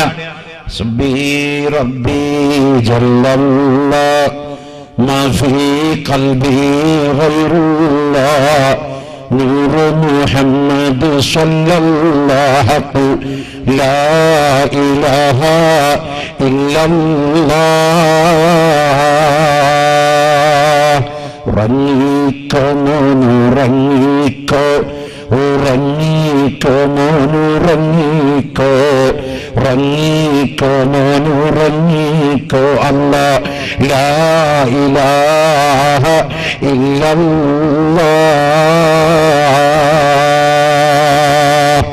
എന്നിങ്ങനെ എന്തോ ഒരു മനോഹരമായ പാട്ടുപാടി പെണ്ണുങ്ങളെ കുട്ടികൾ ഉറക്കിയിരുന്നു. ആ കുട്ടി നേരം വിളിക്കുമ്പോഴേക്കും തൊട്ടിത്തുണിയിൽ എഴുന്നേറ്റ് വരുമ്പോൾ ലാ ഇലാഹ ഇല്ലല്ലാഹ് എന്ന് പറഞ്ഞ് എഴുന്നേറ്റ് വരുന്നൊരു കുട്ടി ഉണ്ടായിരുന്നു. അപ്പൊ അതല്ല, ഇപ്പൊ കൺസെപ്റ്റൊക്കെ മാറി. ഇപ്പൊ തൊട്ടിത്തുണി പോയി, പകരം ലോകം ഫാഷൻ ഹൈടെക് ലോകാണല്ലോ, എല്ലാം ഹൈടെക് ആയി. ഇപ്പൊ കുട്ടിയെ കെട്ട് കൊണ്ടുപോയി കിടത്തുന്നത് ചെറിയൊരു ബെഡില്ല. ഉറങ്ങാൻ കാലത്ത് കുട്ടിക്ക് വെച്ചു കൊടുക്കുന്ന റിമോട്ട് കയ്യിൽ കൊടുത്തിട്ട് ഇഷ്ടമുള്ള ചാനൽ മാറ്റാനുള്ള എല്ലാവിധ ഹൈടെക് യുഗത്തിന്റെ ഹൈടെക് അനുഭവിച്ചുകൊണ്ട് കുട്ടിയെ കിടത്തുറക്കുകയാണ്. ഉറങ്ങിക്കൊണ്ടിരിക്കുന്ന കുട്ടി റിമോട്ട് കൺട്രോൾ കയ്യിൽ പിടിച്ചുകൊണ്ട് കിടന്നുറങ്ങുന്നു. ഉറക്കുന്ന എഴുന്നേൽക്കുന്ന കുട്ടി റിമോട്ടിന്റെ സ്വിച്ച് അമർത്തിക്കൊണ്ട് ഉറക്കുന്ന എഴുന്നേൽക്കുന്ന ഹൈടെക് യുഗത്തിലേക്ക് നമ്മൾ എത്തപ്പെട്ടു പോയി എന്റെ പ്രിയപ്പെട്ടവര്. എന്നാൽ ഞാൻ 1400 കൊല്ലം അപ്പുറത്തേക്ക് ഒരു വേള നിങ്ങളുടെ ശ്രദ്ധയൊന്ന് ക്ഷമിക്കുകയാണ്. മക്ക രാജ്യത്ത് പൗരാണിക കാലത്ത് പ്രിയപ്പെട്ട ഉമ്മമാര് കുട്ടികളെ തൊട്ടിലിങ്ങനെ കെട്ടി ഉറക്കുമ്പോ എന്ത് പറഞ്ഞാലും ചില വില്ലന്മാരായ കുട്ടികൾ ഉറങ്ങില്ല. ചില വില്ലന്മാരുണ്ടല്ലോ, ഉറങ്ങില്ല. അങ്ങനെ ഉറങ്ങാത്ത കുട്ടികളെ വിരട്ടാൻ അക്കാലത്ത് ഉമ്മമാര് പ്രയോഗിച്ചിരുന്നൊരു തന്ത്രം എന്താണെന്നറിയോ? മര്യാദക്ക് ഉറങ്ങിക്കോ, ഇല്ലെങ്കിൽ ഞാൻ ഉമറിനെ വിളിക്കുമെന്ന് പറഞ്ഞാൽ ഫരീഖു ബൈന ഹഖിൻ വബാതിൽ ഖഹറൻ ഖഹറ ഉമർ വലി ഫാറൂഖുല്ലാഹ് അലൈഹി സലാം. ഉമറിന്റെ പേര് കേൾക്കുമ്പോഴേക്കും ഉറങ്ങാത്ത കുട്ടികൾ ഉറങ്ങിയിരുന്നതായി അറേബ്യൻ ചരിത്രം രേഖപ്പെടുത്തുകയാണ്. അത്ര വലിയ ധീരനും അത്ര വലിയ ധൈര്യവാനും അത്ര വലിയ നേതാവുമായിരുന്നു ഉമറുൽ ഫാറൂഖ് എന്ന് പൗരാണിക അറേബ്യൻ ചരിത്രം രേഖപ്പെടുത്തി വെക്കുമ്പോ ആ ഉമറുൽ ഫാറൂഖ് റളിയല്ലാഹു അൻഹു ഇസ്ലാമിലേക്ക് കയറി വന്ന് ഇസ്ലാമിന്റെ നേതാവായി അല്ലാഹുവിന്റെ റസൂലിന്റെ ശിഷ്യനായി ബദർ യുദ്ധത്തിൽ പങ്കെടുത്ത ഉമർ റളിയല്ലാഹു അൻഹു ചോദിക്കുകയാണ്, യാ റസൂലല്ലാഹ്, നബി നിങ്ങൾ എന്തേ പറഞ്ഞ് അബ്ബാസിന്റെ കയ്യിന്റെ ചങ്ങല അയച്ചിടാനോ? ഇവിടെ ബാക്കി 100 ആൾക്കാരും കൈക്ക് ചങ്ങലക്കെട്ടറല്ലേ കൊണ്ടുവന്നിരിക്കുന്നത്. നബിയെ എന്താണ് അബ്ബാസിനത്തെ പ്രത്യേകത? ഏറ്റവും വലിയ ജനാധിപത്യത്തിന്റെ മതമാണ് ഇസ്ലാം. ഏറ്റവും വലിയ വ്യവസ്ഥാപിതമായ സോഷ്യലിസ്റ്റ് വ്യവസ്ഥയാണ് ഇസ്ലാം. അതുകൊണ്ട് ഉമറുൽ ഫാറൂഖ് ചോദിക്കുകയാണ്, യാ റസൂലല്ലാഹ്, അബ്ബാസ് അങ്ങയുടെ എളാപ്പയായി എന്ന ഒറ്റ പ്രിഫറൻസ് ആണോ അദ്ദേഹത്തിന്റെ കൈയുടെ ചങ്ങല അയച്ചിടാൻ നിങ്ങൾ പറയുന്നതെങ്കിലോ ഈ ഇരിക്കുന്ന 100 വരുന്ന കാഫിരീങ്ങളുടെ ചങ്ങല മുഴുവൻ അയച്ചിടണം, അബ്ബാസിന്റെ ചങ്ങല മാത്രമായിട്ട് അയക്കാൻ പറ്റില്ല. ഇത് കേട്ടപ്പോ ഉമറുൽ ഫാറൂഖ് തങ്ങളെ വിളിച്ചല്ലാന്റെ റസൂല് പറഞ്ഞു, ഉമറേ, അബ്ബാസിന്റെ എളാപ്പയാണെന്നുള്ള പ്രത്യേകമായ മമതയല്ലതിന്റെ കാരണം. നാളത്തെ ഇസ്ലാമിക ചരിത്രം എഴുതി വെക്കുന്നവർ എഴുതി വെക്കും, ഇവിടെ മുഹമ്മദ് നബി ചരിത്രത്തിലെ ഏറ്റവും വലിയ ക്രൂരനാണ്. സ്വന്തം എളാപ്പാനെ ബദർ യുദ്ധത്തിൽ അറസ്റ്റ് ചെയ്ത് കൊണ്ടുവന്നിട്ട് എളാപ്പയുടെ കൈക്ക് ചങ്ങലക്കിട്ട് കെട്ടിയിട്ടിട്ട് അത് കണ്ട് ആസ്വദിച്ചവനാണ് മുഹമ്മദ് എന്ന് ചരിത്രങ്ങളിൽ എഴുതി വെക്കുമല്ലോ ഉമറേ. അതുകൊണ്ട് മുഹമ്മദ് ക്രൂരനല്ല, റഹ്മത്തുൽ ആലമീൻ, റാഹത്തുൽ ആശിഖീൻ, മുറാദിൽ മുസ്താഖീൻ, ഹബീബുനാ മുഹമ്മദുർ റസൂലുള്ളാഹ്. മുഹമ്മദ് നബി കാരുണ്യത്തിന്റെ കരുണക്കടലാണ്. അതുകൊണ്ട് ഉമറേ, വരുംകാല ചരിത്രത്തിൽ എഴുതണം, കുടുംബസ്നേഹമില്ലാത്തവനാണ് മുഹമ്മദ് എന്ന് വിളിച്ചു പറയുന്നവർക്കുള്ള താക്കീതാണിത്. അബ്ബാസിന്റെ കയ്യിന്റെ ചങ്ങലയിച്ചിട്ടോളൂ, അബ്ബാസ് ഓടിപ്പോകുകയില്ലെന്ന് കാല റസൂലുള്ളാഹ്. അങ്ങനെ ബദർ യുദ്ധത്തിൽ നിന്ന് പിടിച്ചുകൊണ്ടുവന്ന അറസ്റ്റ് ചെയ്യപ്പെട്ടവരിൽ നമ്പർ 1 വിഐപിയായ അബ്ബാസിന്റെ കയ്യിന്റെ ചങ്ങല റസൂലുള്ളാഹി തങ്ങൾ പറഞ്ഞതിന്റെ വെളിച്ചത്തിലയച്ചപ്പോ രണ്ടാമത് കൊണ്ടുവന്ന ഒരു ദുഷ്ടൻ അവിടെയുണ്ട്. അയാൾ ആരാണ്? ഞാൻ നേരത്തെ പറഞ്ഞു വിട്ടു, ാണ്. അവനെ കണ്ടപാട് റസൂലുള്ള പറഞ്ഞു, സ്വഹാബാക്കളെ, ഉഖബത്തിനെ നിങ്ങൾ കൊന്നു കളഞ്ഞോ, ഉഖബത്തിനെ കൊല്ലണം എന്ന് പറഞ്ഞു. റസൂലുള്ളാഹി തങ്ങൾ അങ്ങനെ ആരെയും പറയാറില്ല. കാബിന്റെ തലമുറിച്ചു കൊണ്ടുവന്നാൽ സ്വർഗം നൽകാമെന്ന് കാല റസൂലുള്ളാഹ് ഒരു ഓഫർ പറഞ്ഞിട്ടുണ്ട് റസൂലുള്ളാഹി തങ്ങൾ. ഒരു സമയത്ത് മക്കയിൽ പണ്ടൊരു കാബ് ഉണ്ടായിരുന്നു, ഒരു വലിയ കവി, കാബ് ബിൻ സുഹൈർ എന്ന അപരനാമത്തിൽ അറിയപ്പെട്ട കവി. അയാൾ ഇസ്ലാമിന്റെ ബദ്ധ ശത്രുവായിരുന്നു ആദ്യകാലത്ത്. അയാളെ നേരം വെളുത്ത് വൈകുന്നേരം വരെയുള്ള ഹോബീസ് എന്താണെന്നറിയോ? കറുത്ത മഷിയെടുത്ത് മക്കയുടെ ചുമരിന്റെ മുകളിലൊക്കെ എഴുതുക മുഹമ്മദ് നബിനെ പറ്റി ഓരോരോ കള്ളക്കവിത, ഇസ്ലാമിനെ പറ്റി വളരെ മോശമായ നിലയ്ക്ക് കവിത രചിച്ചിരുന്ന അറേബ്യയിലെ നിമിഷക്കവിയായിരുന്നു കാബ്. ആ കാബിന്റെ എഴുത്ത് ഇസ്ലാമിനെ വല്ലാതെ അലോസരപ്പെടുത്തി. റസൂലുള്ളാഹി തങ്ങളെപ്പറ്റി പച്ച കള്ള എഴുതാൻ തുടങ്ങി. സ്വഹാബത്ത് അള്ളാഹുവിന്റെ റസൂലിന്റെ അടുത്ത് എന്നിട്ട് പറഞ്ഞു, നബിയെ, ആ മക്കത്തുള്ള കാബുണ്ടല്ലോ, അങ്ങയെപ്പറ്റി പച്ച കല്ലാണ് മക്കത്ത് എഴുതി വെക്കുന്നത്. അതുകൊണ്ട് ആ കാബിനെതിരെ എന്തെങ്കിലും ഒരു നടപടി അവിടുന്ന് പ്രഖ്യാപിക്കണമെന്ന് പറഞ്ഞപ്പോ ലോകത്തിന്റെ നേതാവ് അഷ്റഫുൽ ഖൽഖ് താഹ റസൂലുള്ളാഹി ചരിത്രത്തിൽ ആദ്യമായിട്ട് പറഞ്ഞു, കാബിന്റെ തല മുറിച്ച് കൊണ്ടുവരുന്നവന് സ്വർഗം നൽകാമെന്ന് കാല റസൂലുള്ളാഹ്. അതിലും വലിയൊരു ഓഫർ ഞാൻ ആർക്കെങ്കിലും കൊടുക്കാണ്ടോ മോനെ? കൊടുക്കാനില്ലല്ലോ. ബില്ലാദന്റെ തല മുറിച്ചു കൊണ്ടുവരുന്നവർക്ക് അമേരിക്ക പറഞ്ഞത് $200 കോടി. അതിൽ കൂടെ ഒരു 500 കോടിയും കൂടി ആണ് കൊടുത്താൽ സ്വർഗത്തിന്റെ ടിക്കറ്റ് കിട്ടുമോ? കിട്ടില്ലല്ലോ. പണ്ട് വീരപ്പന്റെ തലക്ക് നമ്മുടെ കേന്ദ്ര ഗവൺമെന്റ് പറഞ്ഞത് 2 കോടിയാ, തമിഴ്നാട് ഗവൺമെന്റ് 4 കോടി. അതിൽ കൂടെ അതിന്റെ 10 ഇരട്ടി കൊടുത്താൽ സ്വർഗത്തിന്റെ ടിക്കറ്റ് കിട്ടുമോ? അല്ലാഹുവിന്റെ റസൂല് പറഞ്ഞ ഓഫറിന്റെ അപ്പുറത്തൊരു ഓഫർ പറയാൻ ഈ ഉലകത്തിൽ ഒരാൾക്കും സാധ്യമല്ലാത്ത ഓഫർ. കാബിന്റെ തല ആരാണോ മുറിച്ചു കൊണ്ടുവരുന്നത് അവന് സ്വർഗം. അത്രമാത്രം ശല്യം സഹിക്കവയ്യാതെയായി. ഞാൻ ചുരുക്കി പറയാണ്, ആ കാബ് പിന്നീട് മറ്റൊരു രൂപത്തിൽ വന്നു. അല്ലാഹുവിന്റെ റസൂലിന്റെ മുമ്പിൽ മദീനയിലേക്ക് ആ കാബിന്റെ തല മുറിക്കാൻ റസൂലുള്ള പറഞ്ഞില്ല. ആ കാബിന് നിരുപാധികം മാപ്പ് കൊടുത്ത വിനയത്തിന്റെ നേതാവായ അഷ്റഫുൽ ഖൽഖ് മുഹമ്മദുർ റസൂലുള്ളാഹ്. ആ കാബിന്റെ പേര് കേൾക്കുമ്പോ നമ്മൾ പറയുന്നു റളിയല്ലാഹു അൻഹു.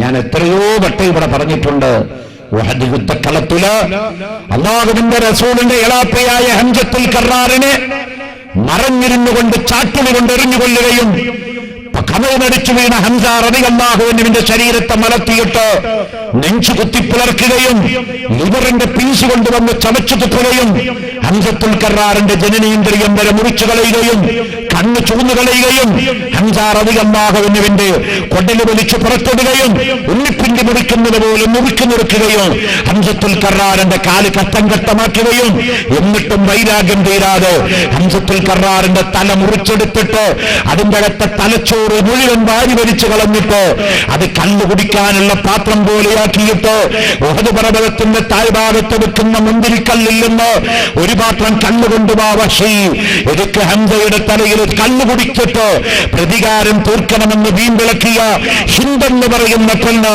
ഉഹദ് യുദ്ധക്കളത്തെ കിടുകിടാ വിറപ്പിച്ച പെണ്ണ്, ആ പെണ്ണ് അഷ്റഫുൽ ഖൽഖ് മുഹമ്മദുർ റസൂലുള്ളാഹി അല്ലാഹുവിന്റെ റസൂലിന്റെ മുമ്പിൽ വന്നിട്ട് മാപ്പ് ചോദിച്ചപ്പോ മുഹമ്മദുൻ സയ്യിദുൽ കൗനൈനി വസ്സഖലൈനി മിനൽ ഫരീഖൈനി മിൻ ഉർബിൻ വമിൻ അജമി هو الحبيب الذي ترجى شفاعته ലികുല്ലി ഹൗലിൻ മിനൽ അഹ്വാലി മുഖ്തഹമീ. ഒരു പ്രതികാര നടപടിയും കൂടാതെ ഹിന്ദിന് മാപ്പ് കൊടുത്ത ലോകത്തിന്റെ നേതാവ് അഷ്റഫുൽ ഖൽഖ് മുഹമ്മദുർ റസൂലുള്ളാഹ്. ആ നബി സല്ലല്ലാഹു അലൈഹി വസല്ലമ തങ്ങൾ പറഞ്ഞു, ഉഖബത്ത് ബിൻ അബീ മുഗൈത്തിനെ കൊല്ലണമെന്ന് ഖാല റസൂലുള്ളാഹി. എന്താ കാരണം എന്നറിയോ? ഉഖബത്ത് ബിൻ അബീ മുഗൈത്തിനെ കൊല്ലണം. അയാളിൽ ഖൈറില്ല, അയാളിൽ ഹിദായത്തില്ല, അയാൾ ജീവിക്കുന്നതിൽ ഖൈറില്ല. ഉഖബത്ത് ബിൻ അബീ മുഗൈത്തിനെ കൊല്ലണം. ഇത് പറഞ്ഞപ്പോ ഉഖബത്ത് ബിൻ അബീ മുഗൈത്ത് മക്കക്കാരനാണല്ലോ. ആ പഹൻ ലഅനത്തുല്ലാഹി അലൈഹി അവിടുന്ന് എഴുന്നേറ്റ് ചോദിച്ചു, മുഹമ്മദേ, ഇവിടെ ഈ കൊണ്ടുവന്നിരിക്കുന്ന 100 ചില്ലാൻ ആൾക്കാരും മക്കക്കാരാ, നീയും മക്കക്കാരനാ, ഈ കന്നവരൊക്കെ മക്കക്കാരാ, അവരുടെ ഇടയിൽ വെച്ച് നീ എന്നെ കൊല്ലുകയാണോ? അല്ലാഹുവിന്റെ റസൂല് പറഞ്ഞു, അതേ, അവരുടെ ഇടയിൽ വെച്ച് നിന്നെ ഞാൻ കൊലശിക്ഷയ്ക്ക് വധശിക്ഷയ്ക്ക് വിധിക്കുകയാണ്. എന്താണ് ഉഖബത്ത് ബിൻ അബീ മുഗൈത്തിനെ കൊല്ലാൻ അല്ലാഹുവിന്റെ റസൂല് ഓർഡർ ഇടാനുള്ള കാരണം എന്നറിയോ പ്രിയപ്പെട്ടവര്? പണ്ട് നബി സല്ലല്ലാഹു അലൈഹി വസല്ലം മക്കയിലുണ്ടായിരുന്ന കാലം, ഇസ്ലാമിന്റെ പ്രബോധനങ്ങൾ തുടങ്ങി വെച്ച കാലം, അല്ലാഹുവിന്റെ റസൂലിന് നേരെ ശത്രുക്കളുടെ ഉപദ്രവം രൂക്ഷമായ കാലം, അബൂജാഹിലും ഉത്ബത്തും ശൈബത്തുമൊക്കെ അല്ലാഹുവിന്റെ റസൂലിനെയും സഹാബത്തിനെയും ക്രൂരമായി പീഡിപ്പിക്കുന്ന കാലം, അന്ന് നബി തങ്ങളുടെ തൊട്ട അയൽവാസിയാണ് അബൂജാഹില്, അതിന്റെ തൊട്ട അയൽവാസിയാണ് ഉഖബത്ത് ബിൻ അബീ മുഗൈത്ത്. റസൂലുള്ളാഹിന്റെ വീടും അബൂജാഹിലിന്റെ വീടും ഉഖബത്ത് ബിൻ അബീ മുഗൈത്തിന്റെ വീടൊക്കെ തൊട്ട. അതിപ്പോ മക്കത്ത് പോയാൽ നമുക്ക് കാണാം, ഹജ്ജിന് പോകുമ്പോ മോനെ ആ 3-ാമത്തെ വരിയിൽ ഉറങ്ങണ മുത്താലിമുകളൊക്കെ ആണോ? ഉറങ്ങാറായിട്ടില്ല ഇങ്ങോട്ട്. ആ അങ്ങനെയാണ് ഉറങ്ങാൻ പാടുണ്ടോ? ഇങ്ങോട്ട്. അപ്പോ മക്കയിൽ ചെന്ന കാണാം നബി സല്ലല്ലാഹു അലൈഹി വസല്ലം തങ്ങളുടെ വീട്, ആമിന ബീവി റസൂലുള്ളാഹി തങ്ങൾ പ്രസവിച്ച സ്ഥലം ഇപ്പോഴും അവിടെ ഒരു ലൈബ്രറിയാണ്, മക്തബ മക്കത്തുൽ മുകറമ എന്ന് പറഞ്ഞൊരു ലൈബ്രറി. അതിന്റെ തൊട്ടടുത്ത് ഒരു വിശാലമായ ഒരു കക്കൂസ് കാണാം. അവിടെയായിരുന്നു അബൂജാഹിലിന്റെ വീടുണ്ടായിരുന്നത്. അവിടെ ഇപ്പൊ മനോഹരമായ കക്കൂസ. അതിന്റെ തൊട്ടടുത്താണ് ഈ ദുഷ്ടന്റെ ലഅനത്തുല്ലാഹി അലൈഹി ഉഖബത്ത് ബിൻ അബീ മുഗൈത്തിന്റെ വീടുണ്ടായിരുന്നത്. ഞാൻ അടുത്തടുത്തായിരുന്നു ഈ കാഫിരീങ്ങളുടെയും റസൂലുള്ളാഹിന്റെ വീടുണ്ടായിരുന്നത്. അപ്പോ ഉഖബത്ത് ബിൻ അബീ മുഗൈത്തിന്റെ വീട്ടിൽ ഒരു സദ്യ ഉണ്ടായി, ഒരു പാർട്ടി. സ്വാഭാവികമാണ്, എത്ര ശത്രുവാണെങ്കിലും വീട്ടിലൊരു കല്യാണം ഉണ്ടായ മിണ്ടാതിരിക്കുന്ന ആൾക്കാരാണെങ്കിലും അന്നൊന്ന് രോഗ്യാക്കി മിണ്ടാം ക്ഷമിക്കത് മനുഷ്യ സഹജ. ഉഖബത്ത് ബിൻ അബീ മുഗൈത്തിന് റസൂലുള്ളാഹിയിൽ വിശ്വാസമൊന്നുമില്ല, അയാൾ അബൂജാഹിലിന്റെ ആളെന്നെ. പക്ഷേ അയാൾ എന്ത് ചെയ്തു? വീട്ടിലൊരു സദ്യ ഉണ്ടായപ്പോ അടുത്ത വീട്ടുകാരൻ എന്നുള്ള പരിഗണന കൊടുത്ത് അല്ലാഹുവിന്റെ റസൂലിനെ ഭക്ഷണത്തിന് ക്ഷണിച്ചു. റസൂലുള്ളാഹിന്റെ പതിവിൽപ്പെട്ടതാണ് ആരെങ്കിലും ക്ഷണിച്ചാൽ ക്ഷണം സ്വീകരിക്കുക. ആര് ക്ഷണിച്ചാലും ആ ക്ഷണം റസൂലുള്ളാഹി തങ്ങൾ സ്വീകരിക്കും. അത് നബി തങ്ങളുടെ പതിവാണ്. അത് ചെറിയോനോ വലിയോനോ VIP എക്സിക്യൂട്ടീവ് ആവുന്നവിടെ ബാധകമല്ല. അങ്ങനെ റസൂലുള്ളാഹി തങ്ങള് ഉഖബത്ത് ബിൻ അബീ മുഗൈത്തിന്റെ വീട്ടിലേക്ക് ആതിഥേയനായി ക്ഷണം സ്വീകരിച്ചുകൊണ്ട് ചെന്നു. ഉച്ചഭക്ഷണം കഴിക്കാൻ വേണ്ടി ചെന്നപ്പോ അവിടെ അബൂജാഹില്, ഉത്ബത്ത്, Nadr bin Harith, Khalid bin Walid തുടങ്ങിയ മക്കയിലെ VIP-കളൊക്കെ ഉണ്ട്. മുഹമ്മദിനെ ഞങ്ങൾ കണ്ടപ്പോ, റസൂലുള്ളാഹി തങ്ങളങ്ങ് കണ്ടപ്പോ ഇവരുടെയൊക്കെ മുഖങ്ങ് വാടി. അബൂജാഹിലിനെ വിരല് പിടിച്ചു. ഉഖബത്ത് ബിൻ അബീ മുഗൈത്തിന്റെ വീട്ടിൽ മുഹമ്മദ് വന്ന് ഭക്ഷണം കഴിക്കേ സഹിക്കാൻ പറ്റിയില്ല. അവര് അല്ലാഹുവിന്റെ പ്രവാചകർ അവിടുന്ന് ഭക്ഷണം കഴിച്ച് പുറത്തങ്ങ് ഇറങ്ങിയപ്പോ ഉഖബത്ത് ബിൻ അബീ മുഗൈത്തിന്റെ ഷോൾഡറിഞ്ഞ് പിടിച്ചു അബൂജാഹില്. എന്നിട്ട് ചെന്നിട്ട് ചോദിച്ചു, ഉഖബത്ത് ബിൻ അബീ മുഗൈത്തെ, നീ മുനാഫിക്കാണില്ലേ? ഉഖബത്ത് ബിൻ അബീ മുഗൈത്ത് പറഞ്ഞു, ഏയ് അല്ല. പിന്നെ നമ്മളൊക്കെ എതിർക്കുന്ന മുഹമ്മദിനെ എങ്ങനെ എവിടെ വന്നത് നിന്റെ വീട്ടില്? നമ്മുടെ ദൈവങ്ങളെ തള്ളിപ്പറയുന്ന മുഹമ്മദ്, നമ്മുടെ വിശ്വാസങ്ങളെ എതിർക്കുന്ന മുഹമ്മദ്, നമ്മുടെ ശത്രുവായ മുഹമ്മദ്, അയാൾ ആര് പറഞ്ഞിട്ടാ നിന്റെ വീട്ടിൽ സദ്യക്ക് ക്ഷണിച്ചത്? ഉഖബത്ത് ബിൻ അബീ മുഗൈത്ത് പറഞ്ഞു, ഞാൻ അയൽവാസി എന്നുള്ള നിലക്ക് ക്ഷണിച്ചത് അബൂജാഹിലെ. അബൂജാഹിൽ പറഞ്ഞു, നോ, ഞാൻ സമ്മതിക്കില്ല. കാരണം നീ ഒരേ സമയത്തന്നെ മുഹമ്മദിന്റെ ഞങ്ങളുടെ ആളാ. മുഹമ്മദിനെ കാണുമ്പോ ഇന്നാള്, ഞങ്ങളെ കാണുമ്പോ ഞങ്ങളാണ്. അതാണല്ലോ മുനാഫിഖ്. അതുകൊണ്ട് നിന്നെ വിശ്വസിക്കില്ല. നീ മുഹമ്മദിന്റെ ആളല്ല എന്ന് തെളിയിക്കണം. അതിനെന്തു വേണമെന്നോ? നാളെ നേരം വെളുത്താൽ മുഹമ്മദിനൊരു പതിവുണ്ട്. പരിശുദ്ധ കഅബാലയത്തിന്റെ അടുത്ത് വന്ന് തവാഫ് ചെയ്തിട്ട് നേരം വെളിച്ചാകുമ്പോ മുഹമ്മദ് മഖാമി ഇബ്രാഹിമിന്റെ പിന്നിൽ പോയിട്ട് സുജൂദിലങ്ങ് കിടക്കുമല്ലോ. അതിന് മുഹമ്മദ് സുജൂദിലങ്ങ് കിടക്കുമ്പോൾ നീ മുഹമ്മദിന്റെ പെരടിയിലും കാലുകൊണ്ടൊരു ചവിട്ടങ്ങ് കൊടുക്കണം കേട്ടോ. പോരാ, മുഹമ്മദ് അവിടെ നിന്ന് തലങ്ങ് വെക്കിയാല് മുഹമ്മദിന്റെ 2 ചെകിടത്തേക്ക് നീ ഞങ്ങളുടെ മുമ്പിൽ വെച്ചിട്ട് മുഹമ്മദിന്റെ മടിക്കണോ? പോരാ, പിന്നെയോ മുഹമ്മദിന്റെ ആളല്ലെന്ന് തെളിയിക്കാൻ നീ മുഹമ്മദിന്റെ മുഖത്തേക്ക് കാർക്കിച്ചു തുപ്പണം കേട്ടോ. ഇത് നാളെ നീ ചെയ്താൽ നീ മുഹമ്മദിന്റെ ആളല്ല, ഞങ്ങളുടെ ആളാണ്. നാളെ നീ ഇത് പ്രവർത്തിച്ചിട്ടില്ലെങ്കിലോ നീ മുഹമ്മദിന്റെ ആളാണ്. അതുകൊണ്ട് നിന്നെ മക്കത്തുനിന്ന് പുറത്താക്കപ്പെടുന്നതാണ് എന്ന് ദുഷ്ടനായ അബൂജാഹിൽ എന്ന് പറഞ്ഞപ്പോൾ ഉഖബത്ത് ബിൻ അബീ മുഗൈത്ത് അവസരത്തിന് വേണ്ടി കാത്തിരുന്നു. പിറ്റത്തെ ദിവസം നബി സല്ലല്ലാഹു അലൈഹി വസല്ലമ തങ്ങള് മക്കാ രാജ്യത്ത് ചെന്ന് തവാഫ് ചെയ്തിട്ട് കഅബാലയത്തെ പ്രദക്ഷിണം വെച്ച് സാധാരണ പോലെ മഖാം ഇബ്രാഹിമിന്റെ പിറകിൽ പോയി തവാഫ് കഴിഞ്ഞിട്ട് അതാ സുജൂദിലങ്ങി കടന്നപ്പോൾ അബൂജാഹിലും പാർട്ടിയും നോക്കി നിൽക്കുകയാണ്. ഉഖബത്ത് ബിൻ അബീ മുഗൈത്ത് അങ്ങ് ചെന്നിട്ട് സുജൂദിൽ കിടക്കുന്ന നബിതങ്ങളുടെ പെരടിയില് വലത്തെ കാലെടുത്തിട്ട് ഒരു ചവിട്ടങ്കി വെച്ചു കൊടുത്തു. അപ്രതീക്ഷിതമായി പെരടിക്ക് ചവിട്ട് കിട്ടിയപ്പോ റഹ്മത്തുൽ ആലമീനായ റസൂലുള്ളാഹി തങ്ങള് തലപൊക്കാൻ വേണ്ടി നോക്കുമ്പോ ഇടത്തെ കാലുയർത്തിയിട്ട് ഉഖബത്ത് ബിൻ അബീ മുഗൈത്ത് നബിതങ്ങളുടെ പെരടിയിൽ ആഞ്ഞു ചവിട്ടി. തല ഉയർത്താൻ വിഷമിച്ചു നിൽക്കുന്ന പ്രവാചകര് ഉഖബത്ത് ബിൻ അബീ മുഗൈത്തിനെ തട്ടി മാറ്റി എഴുന്നേറ്റപ്പോ അബൂജാഹിലിന്റെ മുമ്പിൽ ആളായി കാണാൻ നബി സല്ലല്ലാഹു അലൈഹി വസല്ലം തങ്ങളുടെ 2 കവകളിലേക്ക് ഉഖബത്ത് ബിൻ അബീ മുഗൈത്തിന്റെ കൈകൊണ്ട് അടിക്കുകയാണ്. പ്രവാചകന്റെ മുഖത്തിന്റെ നേരെ കാർക്കിച്ചുകൊണ്ട് തുപ്പുകയാണ്. അല്ലാഹുവിന്റെ റസൂൽ എല്ലാം സഹിക്കുകയാണ്. അന്ന് ഉഖബത്ത് ബിൻ അബീ മുഗൈത്തിന്റെ മുഖത്ത് നോക്കിയിട്ട് അല്ലാഹുവിന്റെ റസൂൽ ഒരു വാക്ക് പറഞ്ഞു, ഉഖബാ, മക്കയുടെ പുറത്ത് എവിടെങ്കിലും വെച്ച് നിന്നെ ഞാൻ കണ്ടാൽ കൊന്നുകളയുമെന്ന് കാല റസൂലുള്ളാഹ്. ബദർ യുദ്ധമെന്ന് കഴിഞ്ഞ് അറസ്റ്റ് ചെയ്ത് കൊണ്ടുവന്നപ്പോൾ മക്കക്കാരിൽ മുശ്രിക്കീങ്ങളിൽ വിഐപി ഉഖബത്ത് ബിൻ അബീ മുഗൈത്താണ്. നബി സല്ലല്ലാഹു അലൈഹി വസല്ലം തങ്ങൾ പണ്ട് പറഞ്ഞിട്ടുണ്ട്, മക്കയുടെ പരിധിയുടെ പുറത്ത് എവിടെ വെച്ച് നിന്ന് കണ്ടാലും കൊന്നുകളയുമെന്ന്. അല്ലാഹുവിന്റെ റസൂലാണ് പറഞ്ഞത്, ഉഖബത്ത് ബിൻ അബീ മുഗൈത്തിനെ കൊന്നുകളയൂ, അവന് ഖൈറില്ല, അവനെ കൊന്നുകളയൂ. ഖാല റസൂലുള്ളാഹി. ബഹുമാനപ്പെട്ട സ്വഹാബത്ത് ഉഖബത്ത് ബിൻ അബീ മുഗൈത്തിനെ കൊല്ലാൻ വേണ്ടി വാളൂരിയപ്പോ ഉഖബത്ത് ബിൻ അബീ മുഗൈത്ത് ചോദിച്ചു, മുഹമ്മദ്, ഈ മക്കക്കാരുടെ മുന്നിൽ വെച്ചിട്ട് നീ എന്നെ പരസ്യമായി അങ്ങ് കൊല്ലുകയാണോ?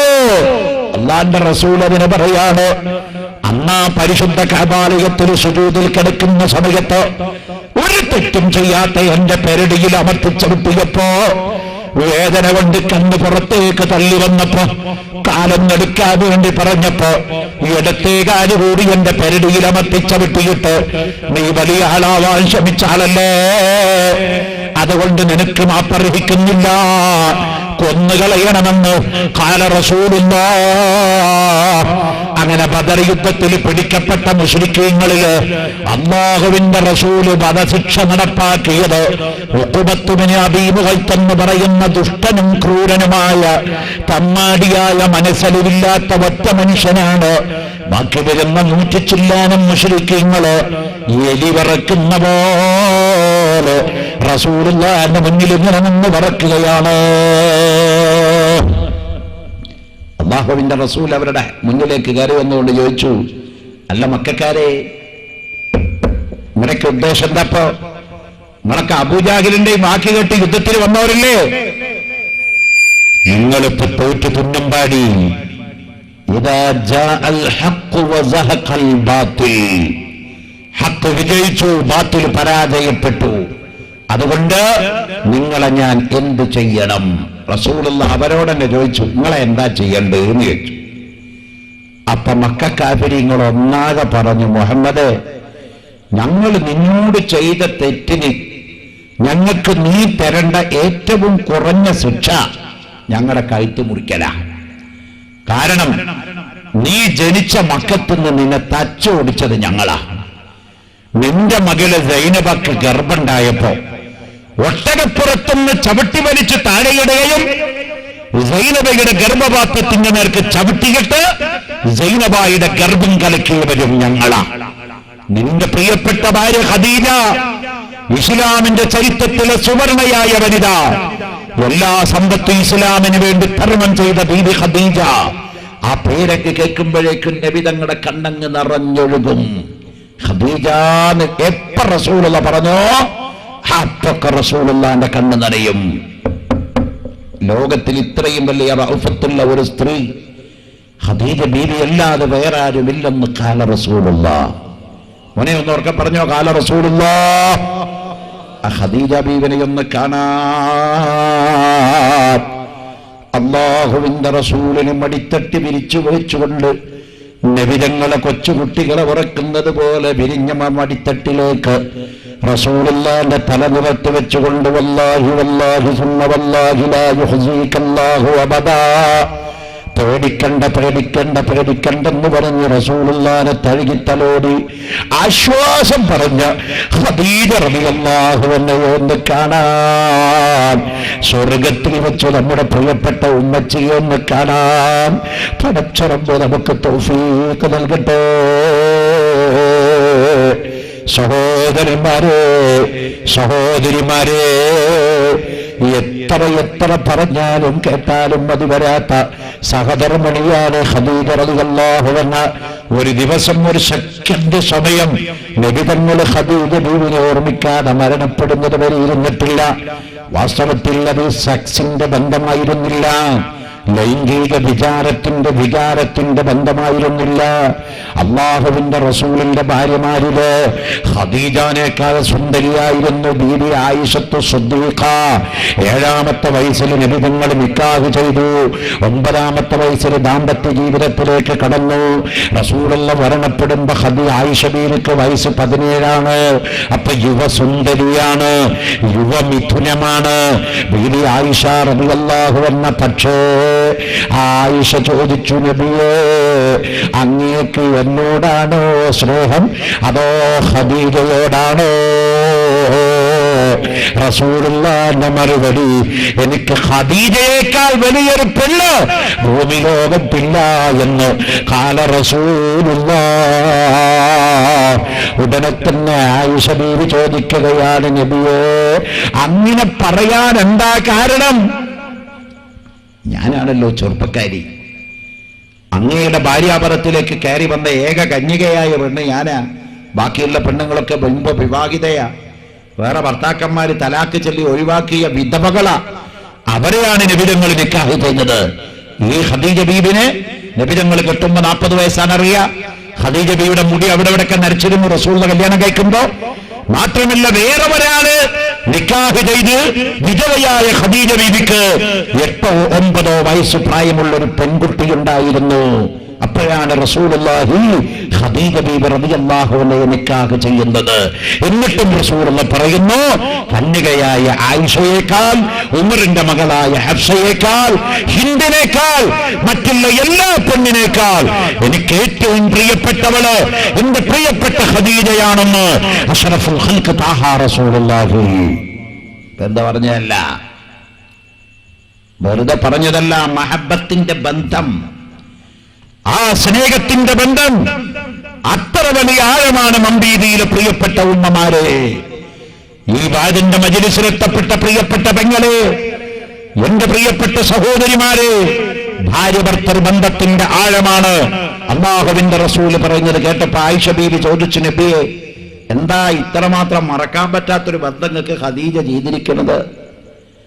അള്ളാന്റെ റസൂല് പറഞ്ഞു, ആയിഷ, ഒന്നാമതായി പറയുകയാണെങ്കിൽ എനിക്ക് മക്കളെ മുഴുവൻ തന്നത് ഖദീജയാണെന്ന് ഖാല റസൂലുള്ളാഹ്. ഒരു കുട്ടി ഒഴികെ, ഇബ്രാഹിം എന്ന കുട്ടി, മാരിയത്തുൽ ഖിബ്തിയ്യ എന്ന് പറഞ്ഞൊരു ഭാര്യയിൽ നിന്നുണ്ടായ ഒരു കുട്ടി ഒഴിച്ച് ബാക്കി റസൂലുള്ളാഹിക്കുണ്ടായ എല്ലാ കുട്ടികളും അത് പ്രസവിച്ചതാരാ? ഖദീജ ബീവിയാണ്. മാത്രമല്ല അള്ളാന്റെ റസൂല് പറയാണ്, മനുഷ്യവർഗത്തിന് ഇസ്ലാമിന്റെ പ്രബോധനം ഞാൻ തുടങ്ങി വെച്ചപ്പോ ആദ്യമായി എന്നെ വിശ്വസിച്ചത് ഖദീജ ബീവിയാണെന്ന് ഖാല റസൂലുള്ളാഹി. നമ്മളൊക്കെ കേട്ടത് സിദ്ദീഖുൽ അക്ബർ റളിയല്ലാഹുവിന്റെ പേരാണ്, അത് സത്യമാണ്. പക്ഷെ അത് പുരുഷന്മാരെന്നാണ്. മനുഷ്യന്മാരെന്ന് ആദ്യം വിശ്വസിച്ചത് ഖദീജ ബീവിയാണ്.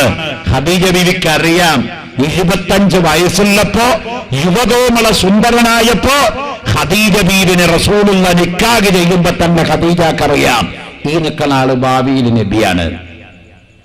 കാരണം എന്താണെന്നറിയോ? കച്ചവടത്തിന് പോയപ്പോഴേ നിങ്ങൾ കേട്ടിട്ടില്ലേ, കച്ചവടത്തിന് പോയപ്പോ ഖദീജ ബീവിയും റസൂലുള്ളയും കൂടി ഇങ്ങനെ നടക്കുമ്പോ റസൂലുള്ള നടക്കുന്നിടത്ത് സൂര്യൻ ഇല്ല, കൊട വേണ്ട, അവിടെ ലൈറ്റ്, അവിടെ നിഴല്. ആകാശമേഘങ്ങളോടി വന്ന് അലമുൽഹുദാവിൽ തണലിൽ വന്ന് ഏകൻ കുതൂറത്ത് കണ്ടിടുന്നു, എല്ലാം ഖദീജ വിലോദിടുന്നു. ഖദീജ റളിയല്ലാഹു അൻഹ അത്ഭുതപ്പെടുകയാണ്. ആകാശത്തിൽ നിന്നുള്ള കാർമേഘങ്ങൾ വന്ന് റസൂലുള്ളാഹി തങ്ങൾക്ക് നേരിട്ട് കൊടുക്കുന്നു. റസൂലുള്ളാഹി തങ്ങൾക്കതാ കല്ലുകൾ സലാം പറയുന്നു, വൃക്ഷങ്ങൾ സലാം പറയുന്നു. ഇത് ഖദീജയുടെ മനസ്സില് രൂഢമൂലമാക്കി എന്റെ കൂടെ നടക്കുന്ന അനാഥനായിരിക്കുന്ന മുഹമ്മദ് കേവലം മുഹമ്മദല്ല, ഭാവിയിലെ പ്രവാചകനാണ്, ഭാവിയിലെ വലിയാളാണ്. ആ കച്ചവടത്തിൽ വമ്പിച്ച ലാഭം കിട്ടിയപ്പോഴാണ് ഖദീജ റളിയല്ലാഹു അൻഹ തീരുമാനിച്ചു, എനിക്ക് മുഹമ്മദ് മതി ഭർത്താവ്. മോനിങ്ങോട്ട്. അങ്ങനെ ഖദീജ ബീവിനെ കല്യാണം കഴിച്ച് നബി തങ്ങൾ മക്കയിൽ ഇങ്ങനെ ജീവിക്കുക. റസൂലുള്ളാഹിക്ക് വയസ്സ് 25, ഖദീജക്ക് വയസ്സ് 40. നമ്മളൊന്ന് ആലോചിച്ചോക്കാം. 25 വയസ്സുള്ള ചെക്കൻ നമ്മുടെ നാട്ടിൽ 40 വയസ്സുള്ള ഒരു പെണ്ണിനെയും കെട്ടിയും അമ്പീതി കൂടെ കയറി നടക്കാൻ തുടങ്ങിയാൽ ആൾക്കാരെന്തൊക്കെയാ പറയാ? കാശ് കണ്ട് കെട്ടിയതാ, അല്ലെങ്കിൽ ഇത്രയും വയസ്സായി ഒരു പെണ്ണിനെ കെട്ടുകൊള്ളൂ, ഉമ്മാടെ പ്രായമുണ്ട് എന്നിട്ടാ അതിന് വെച്ചു തീർക്കരുത് പറയില്ലേ? അത് സ്വാഭാവികമല്ലേ? മക്കയിൽ അന്ന് കിബറന്മാരും ഫിത്തനക്കാരും ഫിത്തന കമ്പനിയുടെ ഉസ്താദുമാരുമാണ് അബൂജാഹിലൊക്കെ. നേരം വെളുത്ത് വൈകുന്നേരം വരെ ഒരു പണിയില്ല ഈ കറക്ക് കമ്പനിക്ക്. അത് ഇന്നുണ്ട്, അതിന്റെ ശിങ്കടികൾ ലോകത്ത് കുറെ എണ്ണം. വേറൊരു പണിയില്ല, കാബത്തിന്റെ അടുത്ത് ഇങ്ങനെ വരിക, കുറച്ച് ഹുക്കൊക്കെ വലിക്കുക, എന്നിട്ട് പിന്നെ കുറച്ച് ചൂത് കളിക്കുക. അന്ന് അവിടെയൊക്കെ അതൊക്കെ ജായിതാണല്ലോ. ലാത്ത, ഉസ്സ, ഉമനുൽ ആല, മനാത്ത, കിനാത്ത, കുഞ്ഞാത്ത കൊണ്ട് കുറെ ദൈവങ്ങൾ ഇരിക്കുന്നുണ്ട് അവിടെ. അവരൊക്കെ പൂജിക്കുക. എന്നിട്ട് മക്കത്ത് കൂടെ 4 വലിയ കുഴപ്പമൊന്നുമില്ലാതെ ജീവിക്കുന്ന ആളാരാണെങ്കിൽ അവരുടെ ഹൈബത്തും നമീമത്തൊക്കെ പറയാ. ഇങ്ങനെ കുറച്ച് ആൾക്കാരുണ്ട്, തൊഴിലില്ലായ്മ വേതനത്തിന് അപേക്ഷ കൊടുത്ത ആൾക്കാരല്ലോ എല്ലാ നാട്ടിലുണ്ട്. എവിടെ ഉണ്ടാവും കുറെ കുറ്റം പറച്ചിലുകാർ. അവരെ നേതാവാണ് അബൂജാഹിൽ, ഉത്തുബത്ത്, ഷൈബത്ത്, വലീദൊക്കെ. അവരിങ്ങനെ മക്കത്തിന്റെ അടുത്ത് ഇങ്ങനെ ഇരിക്കുമ്പോ, കാബത്തിന്റെ അടുത്ത് ഇങ്ങനെ ഇരിക്കുമ്പോ കണ്ടു റസൂലുള്ളാഹി ഖദീജ ബീവി ഇങ്ങനെ പോണ്. അപ്പൊ ഉത്തുബത്ത് എന്ന് പറഞ്ഞ ഈ എന്ന നമ്പർ 1 ക്രിമിനൽ മക്കായിൽ ഒരു ക്രിമിനലാണ് ഉത്തുബത്ത്. ബദർ യുദ്ധത്തില് ഉബൈദത്ത് റളിയല്ലാഹുവിന് വേണ്ടി യുദ്ധത്തിന് വന്ന ഉത്തുബത്ത്, അയാളെ ഹംസത്ത് റളിയല്ലാഹുവിനെ കൊന്നുകളഞ്ഞു ബദറിൽ, ആ ദുഷ്ടനെ. ആ ഉത്തുബത്ത് അബൂജാഹിലിനെ ഇങ്ങനെ തോണ്ടി. റസൂലുള്ളാഹി ഖദീജ ബീവി ഇങ്ങനെ പോകുമ്പോഴേ എന്നിട്ട് പറയാൻ, അബൂജാഹിലെ അങ്ങോട്ട് ചൊന്ന് നോക്കാം, 25 വയസ്സുള്ള മുഹമ്മദ് 40 വയസ്സുള്ള ഖദീജാനെ കെട്ടിക്കൊണ്ടോണം. എന്താ ഉദ്ദേശം? കോടീശ്വരത്തിയാണ് ഖദീജയും മുതൽ കണ്ട് കെട്ടിയതാവും ചിലപ്പെട്ടോ. അല്ലെങ്കിൽ ആളൊറ്റൊന്നുമില്ലാത്ത ഈ മുഹമ്മദ് പോയിട്ട് ഇത്ര വലിയൊരു കോടീശ്വരത്തിനെ കെട്ടുവോ എന്ന് റസൂലുള്ളാഹിനെ ഒന്ന് കളിയാക്കി. ഇത് സത്യത്തില് അള്ളാഹുവിന്റെ റസൂല് കേട്ടിട്ടില്ല. അന്ന് റസൂലായിട്ടില്ല, 25 വയസ്സേ ആയിട്ടുള്ളൂ. പക്ഷേ ഖദീജ ബീവി അത് കേട്ടു. നമ്മുടെ ഭാര്യമാരാണെങ്കിൽ എന്താ ചെയ്യാ? ഒന്നും കൂടി ഒന്ന് വലുതാവും. കാരണം ഇങ്ങനെ ആയിട്ടല്ല കേട്ടോ, സ്വാഭാവികമായിട്ട് പറയാൻ. ഇപ്പൊ ആൾക്കാർക്കൊക്കെ എന്നെ പറ്റിയാണ് കൂടുതലും മഹബത്ത്, മറ്റാളെ പറ്റിയല്ല. ആൾക്കാരൊക്കെ ഇപ്പൊ എന്നോട് സ്നേഹം, മറ്റാളോടല്ല എന്നില്ല. ആ വിരോധമല്ല ആ ഖദീജ ബീവിയുടെ മനസ്സിൽ തോന്നിയത്. എന്റെ ഭർത്താവിനെ പറ്റി ആളുകൾ പറയുന്നതെന്താ? പൈസ ഇല്ലാത്ത സാധു. എന്നെ പറ്റി പറയുന്നതോ മുതലാളി ചെയ്യുന്നു. ആ കൺസെപ്റ്റ് മാറ്റണം. ഖദീജ ബീവി റളിയല്ലാഹു അൻഹ അതിനൊരു കുറുക്ക് വഴി കണ്ടുപിടിച്ചു. അതെന്താണെന്നറിയോ? അന്ന് വീട്ടിൽ ചെന്ന് ഖദീജ ബീവിക്ക് ധാരാളം ഭൃത്യന്മാരും വേലക്കാരുമുണ്ട്, വീട്ടിൽ ഒരുപാട് ജോലിക്കാരുണ്ട്, അടിമകളുണ്ട്. അവരൊക്കെ വിളിച്ചു വരുത്തിയിട്ട് ഖദീജ ബീവി പറയാണ്, അല്ലയോ, ഈ മക്കത്ത് എത്ര ആളുണ്ടെങ്കിലും അവരെ മുഴുവൻ നാളെ ഉച്ചയ്ക്ക് നമ്മുടെ വീട്ടിലേക്ക് ക്ഷണിക്കണം. അവർക്ക് മുഴുവൻ ക്ഷേമമായ ഒരു സദ്യ കൊടുക്കണം. നമ്മളിതാ നാളെ മമ്പീതിയില് നമ്മുടെ ചരിത്രത്തിൽ ആദ്യമായി ബഹുമാനപ്പെട്ട വലിയുല്ലാഹി സയ്യിദ് ഉസ്താദ് നവ്വറല്ലാഹു ബർക്കതഹു മഹാനവർഗല്ല നാമധേയത്തിൽ ഇവിടെ നടത്തപ്പെടുന്ന ഉറൂസില് അള്ളാഹു തൗഫീഖ് ചെയ്താൽ ഇൻഷാ അല്ലാഹ് വലിയൊരു ഭക്ഷണ വിതരണം നടക്കാൻ വേണ്ടി പോവുകയാണ്. നമ്മുടെ വേല കഴിഞ്ഞാൽ അതിന്റെ പോത്തിനിറക്കണം, ഇറച്ചി ശരിയാക്കണം എന്നൊക്കെ നേരത്തെ നമ്മുടെ ഉസ്താദ് പറഞ്ഞല്ലോ. അൽഹംദുലില്ലാ, അത് പണ്ടുള്ള പരിപാടിയാ. റസൂലുള്ളാഹിന്റെ കാലത്ത് തന്നെ ഉണ്ട് ഈ പോത്തിനിറക്കലും ആടിനിറക്കലും ഇറച്ചി വെക്കലും ചോറ് കൊടുക്കലും കേട്ടോ. അത് ആയിഷ ബീവി ഖദീജ ബീവി നടത്തിയിട്ടുണ്ട്. റസൂലുള്ള ഖദീജ ബീവി മരിച്ചപ്പോൾ റസൂൽ തന്നെ ഖദീജ ബീവിയുടെ ആണ്ടിന് ആടർത്തിട്ട് ഇറച്ചു തൂങ്ങിയിട്ട് ഖദീജയുടെ കുടുംബക്കാർക്കും വീട്ടുകാർക്കും ധർമ്മം ചെയ്തതായി ഇമാം ബുഖാരി റളിയല്ലാഹു അൻഹു രേഖപ്പെടുത്തുന്നുണ്ട്. അതുകൊണ്ടാണ് നമ്മൾ ഈ ആണ്ടും നേർച്ചയും ഉറൂസും ജന്മദിനും ചന്മദിനും ഒക്കെ ആഘോഷിക്കുന്നത്.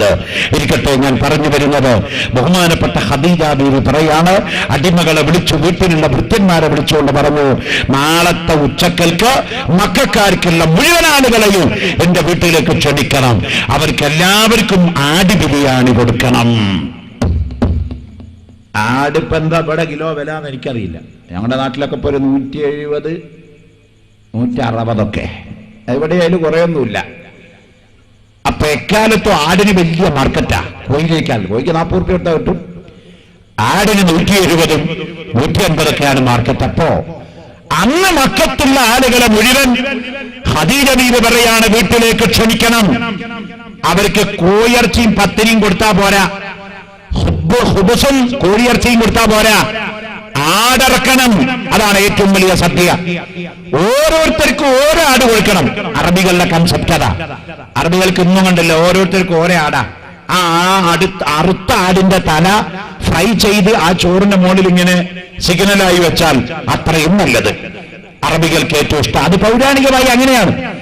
ബഹുമാനപ്പെട്ട ഖദീജ റളിയല്ലാഹു അൻഹ പറയാണ്, എല്ലാവർക്കും ഒരാട് വീതം ആട് മജ്ബൂസ്, ആട് ബിരിയാണി. അപ്പൊ മക്കത്ത് എത്ര ആളുണ്ടോ അത്ര ആട് അറക്കണോ. അങ്ങനെ ആയിരക്കണക്കായ ആടുകളെ അറുത്ത് ഒരു വലിയ സദ്യ അവിടെ തയ്യാറാക്കി. എല്ലാവരെയും ക്ഷണിച്ചു. അബൂജാഹിലും വന്നിട്ടുണ്ട് ചോദിക്കാൻ, ഉത്ബത്തും വന്നിട്ടുണ്ട് ചോദിക്കാൻ, ഷൈബത്തും വന്നിട്ടുണ്ട് ചോദിക്കാൻ, നദർ ബിൻ ഹാരിസ് വന്നിട്ടുണ്ട്, നൗഫൽ വന്നിട്ടുണ്ട്, ഖാലിദ് ബിൻ വലീദ് വന്നിട്ടുണ്ട്. മക്കായിലെ കെങ്കേമന്മാര് മുഴുവനുണ്ട്, പാവപ്പെട്ടവരുണ്ട്, മിസ്കീന്മാരുണ്ട്, സാധുക്കളുണ്ട്. എല്ലാവരും ഇങ്ങനെ ഇരുത്തി വലിയൊരു പന്തലില് എല്ലാവർക്കും ആട് ബിരിയാണി ഇങ്ങനെ കൊടുത്തുകൊണ്ടിരിക്കുമ്പോ അബൂജാഹിലിരിക്കുന്നതിന്റെ തൊട്ടടുത്ത് അതാ ഖദീജ ബീവി പറയാണ്, 2 അടിമകളെ വിളിച്ചിട്ട് ഒരു കസേര കൊണ്ടുപോയി അവിടെ ഇട്ടു. എങ്ങനത്തെ കസേരയാണ്? നമ്മളിവിടെ ഇട്ട പോലെ പ്ലാസ്റ്റിക് ചെയറല്ല, മനോഹരമായ സിംഹാസനങ്ങളെ വെല്ലുന്ന രാജകീയ പ്രൗഢി വിളിച്ച് അറിയിക്കുന്ന മനോഹരമായ ഒരു കസേര അവിടെ കൊണ്ടുപോയി അബൂജാഹിലിരിക്കുന്നതിന് തൊട്ടടുത്ത് അവിടെ ഇട്ടു. അപ്പൊ അബൂജാഹിൽ ഇങ്ങനെ നോക്കിയിട്ട് പറഞ്ഞു, ആ ഈ കസേരപ്പോ ഖദീജക്ക് വന്നിരിക്കാനാവും. കാരണം നമ്മളല്ലപ്പോ മക്കയിലെ വല്യമ്മര്, അവ നമ്മുടെ ഇടയിൽ വന്നിട്ടൊന്ന് വലിയ ആളാവാൻ വേണ്ടി ഖദീജ വെച്ച പണിയാവും ഈ കസേര. ഇത്രയും വലിയൊരു സദ്യ നടത്താൻ അറേബ്യയില് ഇന്നേ വരെ ഒരാൾക്കും കഴിഞ്ഞിട്ടില്ലല്ലോ. ബഹുമാനപ്പെട്ട ഖദീജ റളിയല്ലാഹു അൻഹ കസേര കൊണ്ടുവന്നിട്ടു. അവിടുന്ന് അല്പസമയം കഴിഞ്ഞപ്പോ ഖദീജ ചെയ്യുന്നതെന്താണ്? തന്റെ പ്രിയപ്പെട്ട പുതിയാപ്പിളയായ അല്ലമീനായ 25കാരനായ അല്ലമീനായ മുഹമ്മദ് എന്ന തന്റെ പ്രിയപ്പെട്ട ഭർത്താവിന് മനോഹരമായിരിക്കുന്ന വസ്ത്രങ്ങൾ അറിയിപ്പിച്ചുകൊണ്ട് സുന്ദരനിൽ സുന്ദരനായ റസൂലുള്ളാഹിനെ ഒന്നുകൂടി സുന്ദരനാക്കിക്കൊണ്ട്, ആര് കണ്ടാലും നോക്കുന്ന രൂപത്തിലുള്ള മനോഹരനായ സുന്ദരനാക്കിക്കൊണ്ട് അള്ളാന്റെ റസൂലിന് പുതിയ വസ്ത്രങ്ങളൊക്കെ ധരിപ്പിച്ചുകൊണ്ട് ഒരു രാജാവിനെ കൊണ്ടുവരുന്നത് പോലെ അപ്പുറത്തും ഇപ്പുറത്തും കൊണ്ട് ഭൃത്യന്മാരെ വെച്ചുകൊണ്ട് ഖദീജ റളിയല്ലാഹു അൻഹ റസൂലുള്ളാഹിനെ കയ്യും പിടിച്ചുകൊണ്ട് അറബികൾ ഭക്ഷണം കഴിക്കുന്നതിന്റെ ഇടയിലൂടെ നബി തങ്ങളുടെ കയ്യും പിടിച്ചുകൊണ്ട് ഖദീജ പറയുകയാണ്, മർഹബാ മർഹബാ മർഹബാ വസഹ്ലാ മർഹബാ മർഹബാ യാ റസൂലല്ലാഹ്.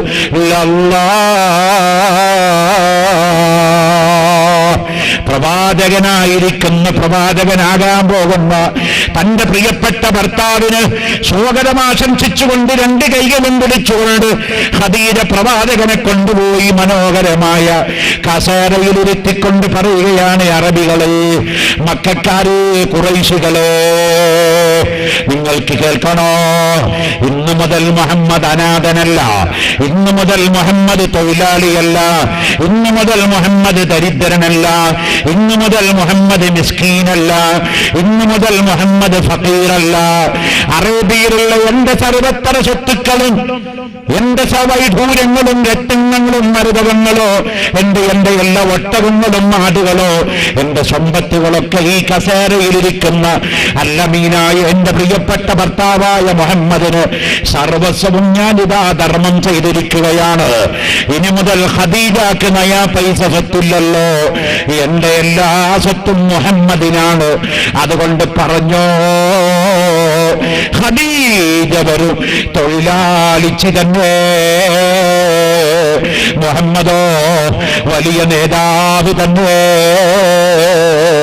അതാ റസൂലുള്ളാഹി ഡിക്ലെയർ ചെയ്യുന്നതിന്റെ മുമ്പ് തന്നെ തന്റെ സർവ്വത്ത സ്വത്തുക്കളും അല്ലാഹുവിന്റെ റസൂലിന് എഴുതി കൊടുത്തിട്ട് റസൂലുള്ളാഹിക്ക് പേറ്റന്റ് കൊടുത്ത ഖദീജ ബീവിയുണ്ടല്ലോ, അവസാന നാളിലെ മക്കക്കാർ ഖദീജ ബീവിക്കെതിരെ ഉപരോധം കൊണ്ടുവന്നപ്പോ, ഒരു നേരത്തെ കഞ്ഞിക്ക് വകയില്ലാതെ വന്നപ്പോ, ഭക്ഷണം കിട്ടാതെ വന്നപ്പോ, മക്കായിലെ കാട്ടിലങ്ങ് കയറിയിട്ട് പച്ചപ്പുല്ല് വലിച്ചു കൊണ്ടുവന്നിട്ട് കുത്തിപ്പീഞ്ഞ് നീരെടുത്തിട്ട് അത് കുടിച്ചിട്ട് പട്ടിണി കിടന്നവരുടെ പട്ടികയില് രാജ്യത്തെ കോടീശ്വരത്തിയായിരുന്ന ഹുവൈലിന്റെ മകള് ഖദീജയുമുണ്ട്. പ്രിയപ്പെട്ടവരെ, അതങ്ങ് ആലോചിച്ചിട്ടാണ് അഷ്റഫുൽ ഖൽഖ് മുഹമ്മദുർ റസൂലുള്ളാഹി ഖദീജാനെ പറയുമ്പോൾ കണ്ണിലങ്ങി വെള്ളം നിറക്കുന്നു. ഇസ്ലാമിക ചരിത്രത്തിന്റെ പിൻഭാഗത്ത് ഇത്രയും വലിയ ചരിത്രങ്ങൾ കെടുക്കുന്നുണ്ട്. ധർമ്മങ്ങൾ ഒരുപാട് നടത്തിയത് കൊണ്ട് കെട്ടിപ്പടുത്ത മതമാണ് ഇസ്ലാം. വാളിന്റെ തലപ്പ് കൊണ്ട് നേടിയെടുത്തതല്ല ഇസ്ലാം. സാഹോദര്യത്തിന്റെയും സഹനത്തിന്റെയും ത്യാഗത്തിന്റെയും കഥകളാണ് ഇസ്ലാമിന്റെ പിറകിലുള്ളത്. കണ്ണീരിന്റെയും വിട്ടുവീഴ്ചയുടെയും കഥകളാണ് ഇസ്ലാമിന്റെ പിറകുവശത്ത് നമുക്ക് നിർത്തിവെക്കാനുള്ളത്. എന്റെ പ്രിയപ്പെട്ട ഉമ്മമാരെ, യുവാക്കളെ, ഞാൻ പറഞ്ഞു വന്നത് ഉഖബത്ത് ബിൻ അബീ മുഗൈത്തിനെ കൊല്ലാൻ അല്ലാഹുവിന്റെ റസൂൽ ഓർഡറിട്ടു. സ്വഹാബത്ത് ഉഖബത്ത് ബിൻ അബീ മുഗൈത്തിനെ കൊന്നുകളഞ്ഞു. മറ്റുള്ള മക്കക്കാഫിരീങ്ങളുടെ മുമ്പിലേക്ക് അല്ലാഹുവിന്റെ റസൂൽ ഇറങ്ങിച്ചെന്നുകൊണ്ട് ചോദിച്ചു, നിങ്ങളെ ഞാൻ എന്തു ചെയ്യണം? അവരുടെ മറുപടി, ഞങ്ങളെ കൊല്ലണം മുഹമ്മദേ. അവരെന്നെ സ്വയം പറയാ, ഞങ്ങളെ കൊല്ലണം. കാരണം നിന്റെ നാട്ടിൽ നിന്ന് ഞങ്ങൾ നിന്നെ അടിച്ചോടിച്ചിട്ടുണ്ട്. നിന്റെ പ്രിയപ്പെട്ട ഖദീജാനെ വരെ ഞങ്ങൾ വെറുതെ വിട്ടിട്ടില്ല. നിന്റെ മകള് സൈനബാടെ ഗർഭം ഞങ്ങൾ ആർഭോഷനാക്കി കലക്കി കളഞ്ഞു. നിന്റെ പ്രിയപ്പെട്ട ബിലാലിന്റെ നെഞ്ചത്ത് പാറക്കല്ല് കയറ്റിവെച്ച് അടിച്ചു. നിന്റെ ശിഷ്യന്മാരായ അമ്മാർ ബിൻ യാസിറിനെ പോലത്തെ ആളുകളെ ക്രൂരമായി മർദ്ദിച്ചു. സുമയ്യയെ പോലത്തെ ആളുകളെ ചുട്ടുപഴുപ്പിച്ച ഇരുമ്പിന്റെ കമ്പി അവരുടെ മുൻഭാഗത്ത് ഇടിച്ചു കയറ്റി ക്രൂരമായി ജീവനോടെ വെന്തരിച്ചു കൊന്നുകളഞ്ഞു. അത്രയും വലിയ ക്രൂരത നിന്നോടും നിന്റെ കുടുംബത്തോടും നാട്ടുകാരോടും ചെയ്തവരാ ഞങ്ങള്. ആ ഞങ്ങൾക്ക് നീ ചെയ്യേണ്ടത് ഞങ്ങളെ കൊല്ലണം. മക്കക്കാഫിര്യങ്ങൾ ഇത് പറഞ്ഞപ്പോ നബിതങ്ങൾക്ക് വേണമെങ്കിൽ പറയായിരുന്നു, ഉമറുൽ ഫാറൂഖിനെ വെച്ച് എല്ലാത്തിനെയും കയറ്റായി എന്ന് പറഞ്ഞ ഒരൊറ്റ സെക്കൻഡ് കൊണ്ട് 100 എണ്ണത്തിനെയും കയത്ത് ഇയാൻ പാറ്റിനെ കൊല്ലും പോലെ കൊല്ലുവാന് ഉമറുൽ ഫാറൂഖ് അലിയാരൊക്കെ പറയാൻ വേണ്ടി ഇങ്ങോട്ട് കാത്തിരിക്കുക. പക്ഷേ അള്ളാന്റെ റസൂല് പറഞ്ഞു, നോ നോ നോ, നിങ്ങളെ ഞാൻ കൊല്ലില്ല, നിങ്ങളെ ഞാൻ കൊല്ലില്ല, നിങ്ങളെ ഞാൻ കൊല്ലില്ല. അതാണ് മലയാള മനോരമയിലും നസറാണിയായ ക്രിസ്ത്യാനിയായ സാജു പി തോമസ് എഴുതി വെച്ചത് ലോക ചരിത്രത്തിൽ ഏറ്റവും വലിയ നീതിമാനാണ് മുഹമ്മദുർ റസൂലുള്ളാഹി പറയിപ്പിക്കുകയാണ്. എന്റെ പ്രിയപ്പെട്ടവരെ, അല്ലാഹുവിന്റെ റസൂല് പറഞ്ഞു, നിങ്ങളെ ഞാൻ കൊല്ലില്ല, നിങ്ങളെ ഞാൻ വെറുതെ വിടാം. പകരം നിങ്ങൾ എന്റെ സഹാബത്തിനെ കൊന്നിട്ടുണ്ട്, ഞങ്ങളുടെ മുതലുകൾ നഷ്ടം വരുത്തിയിട്ടുണ്ട്, യുദ്ധം നടത്തിയിട്ടുണ്ട്. അതിന് പകരമായി നിങ്ങൾ പകരം ഇവിടെ അതേ ഇസ്ലാമിന്റെ പൊതുഖജനാവിലേക്ക് നിങ്ങൾ ഇവിടെ യുദ്ധത്തിന്റെ പകരമായി യുദ്ധക്കളത്തിൽ നിന്ന് വന്ന ഈ അറസ്റ്റ് ചെയ്ത നിങ്ങളെ കൊണ്ടുപോകാൻ ഒട്ടകങ്ങളോ കുതിരകളോ ദിനാറുകളോ ദിർഹമുകളോ സ്വർണങ്ങളോ വെള്ളികളോ ഇവിടെ കൊണ്ടുവന്ന് പകരം വെച്ചാൽ നിങ്ങൾക്ക് വെറുതെ പോകാമെന്ന് കാല റസൂലുള്ളാഹ്.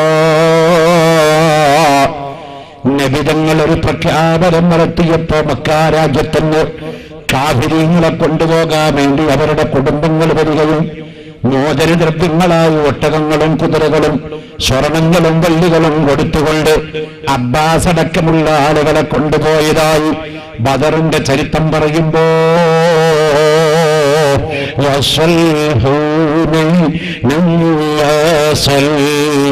ബദറൻ വസൽ ഉഹുദാ أنواء تعذيبه والهتف كيف جرى. ഒരുപാട് ചരിത്രം ഇസ്ലാമിന്റെ ചരിത്രങ്ങളിലുണ്ട്. ഞാൻ പറഞ്ഞു വെച്ചത്, പ്രിയപ്പെട്ടവരെ, യുദ്ധം കൊണ്ട് നേടിയതല്ല ഇസ്ലാം. ലോകത്ത് ഇസ്ലാമിന്റെ വളർച്ച കണ്ടപ്പോൾ മാർപ്പാപ്പക്ക് വിരളി പിടിച്ചുപോയി പറഞ്ഞതാണ്. എന്നാൽ ഞാനൊരു കാര്യമെന്ന് പറയട്ടെ, നമ്മളാരും അത് പറഞ്ഞില്ലെങ്കിലും സ്ഥാപനങ്ങൾ ഉണ്ടാക്കിയില്ലെങ്കിലോ നമ്മളാരും ഉറൂസ് നടത്തിയില്ലെങ്കിലും അല്ലാഹുവിന്റെ ദീനാകുന്ന പരിശുദ്ധ ഇസ്ലാം മരത്ത് അല്ലാഹു മറ്റൊരു മാർഗത്തിലൂടെ ഇവിടെ ഖിയാമത്ത് നാൾ വരെ വളർത്തി വലുതാക്കി നിലനിർത്തുമെന്ന് പടച്ച റബ്ബ് ഏറ്റെടുത്തു. പക്ഷേ ആ റബ്ബിന്റെ മതത്തിന്റെ ഒരു പ്രവാചകനായി, അതിന്റെ ഒരു പ്രവർത്തകനായി, അതിന്റെ ഒരു പ്രബോധകനായി, അതിന്റെ ഒരു എളിയ ഖാദിമായി മാറാൻ കഴിയാൻ ആർക്കൊക്കെ സാധിച്ചിട്ടുണ്ടോ അവരൊക്കെ അല്ലാഹു തെരഞ്ഞെടുത്ത മഹാന്മാരാണ്. കാരണം ഈ മതം അല്ലാഹുവിന്റെ മതമാണ്, ഈ മതം പടച്ച റബ്ബിന്റെ മതമാണ്, ഈ മതത്തിന്റെ ബുദ്ധി അല്ലാഹുവാണ്, ഈ മതത്തിന്റെ നിയമജ്ഞാവ് അല്ലാഹുവാണ്. ഇതെല്ലാം അല്ലാഹുവിൻ്റെതാണ്. അല്ലാഹുവിൻ്റെതല്ലാത്ത ഒന്നും ഇസ്ലാം മതത്തിലില്ല. ലോകത്ത് അങ്ങനെ പറയാൻ ഇസ്ലാം മതത്തിനില്ലാതെ വേറെ ഒരു മതത്തിന് പറ്റൂല. നമ്മളൊരു പാർട്ടിയിൽ ഉണ്ട്, നമ്മുടെ നാട്ടില് ഒരുപാട് രാഷ്ട്രീയ പാർട്ടിയുണ്ട്, ഒരുപാട് ഭൗതിക പാർട്ടികളുണ്ട്. ആ പാർട്ടി ഉണ്ടാക്കിയവൻ ആരാണെന്ന് ചോദിച്ചാൽ ഒരു മനുഷ്യന്റെ പേരാണ് പറയാനുള്ളത്. എന്നാൽ ഇസ്ലാം ഉണ്ടാക്കിയത് ആരാണെന്ന് ചോദിച്ചാൽ ലോകത്തൊറ്റ മുസ്ലിമിനും പറയാൻ പറ്റൂല അത് ഇന്നാളാണ് ഇന്നാളാണെന്ന്. നേരെ മറിച്ച് എല്ലാ മുസ്ലിമീങ്ങളും പറയുന്നു ഇസ്ലാം ഉണ്ടാക്കിയതാരാ, അത് അല്ലാഹു തമ്പുരാനാണ്. മുഹമ്മദ് നബി അല്ല, മൂസാ നബി അല്ല, ഈസാ നബി അല്ല, ആദം നബി അല്ല. ഖുർആൻ പറഞ്ഞത് കൊണ്ട് മാകാന മുഹമ്മദുൻ അബാ അഹദിൻ മിൻ റിജാലിക്കും വലാകിൻ റസൂലുള്ളാഹി വഖാതിമുൻ നബിയ്യീൻ. മുഹമ്മദ് നബി നിങ്ങളുടെ ആരുടെയും പേരന്റല്ല, രക്ഷിതാവല്ല, വാപ്പയല്ല, രക്ഷിതാവല്ല. വലാകിൻ റസൂലുള്ളാഹ്, അല്ലാഹുവിന്റെ റസൂലാണ്. വഖാതിമുൻ നബിയ്യീൻ, അവസാനത്തെ നബിയാണ്. ഇസ്ലാം മതം ഉണ്ടാക്കിയത് മുഹമ്മദ് നബി അല്ല എന്ന് ഖുർആൻ പറയുന്നു. ഇസ്ലാം മതം ഉണ്ടാക്കിയത് ആദം നബി അല്ല എന്ന് ഖുർആൻ പറയുന്നു. ഇസ്ലാം മതം ഉണ്ടാക്കിയതാരാണ്? പടച്ച റബ്ബാകുന്നു.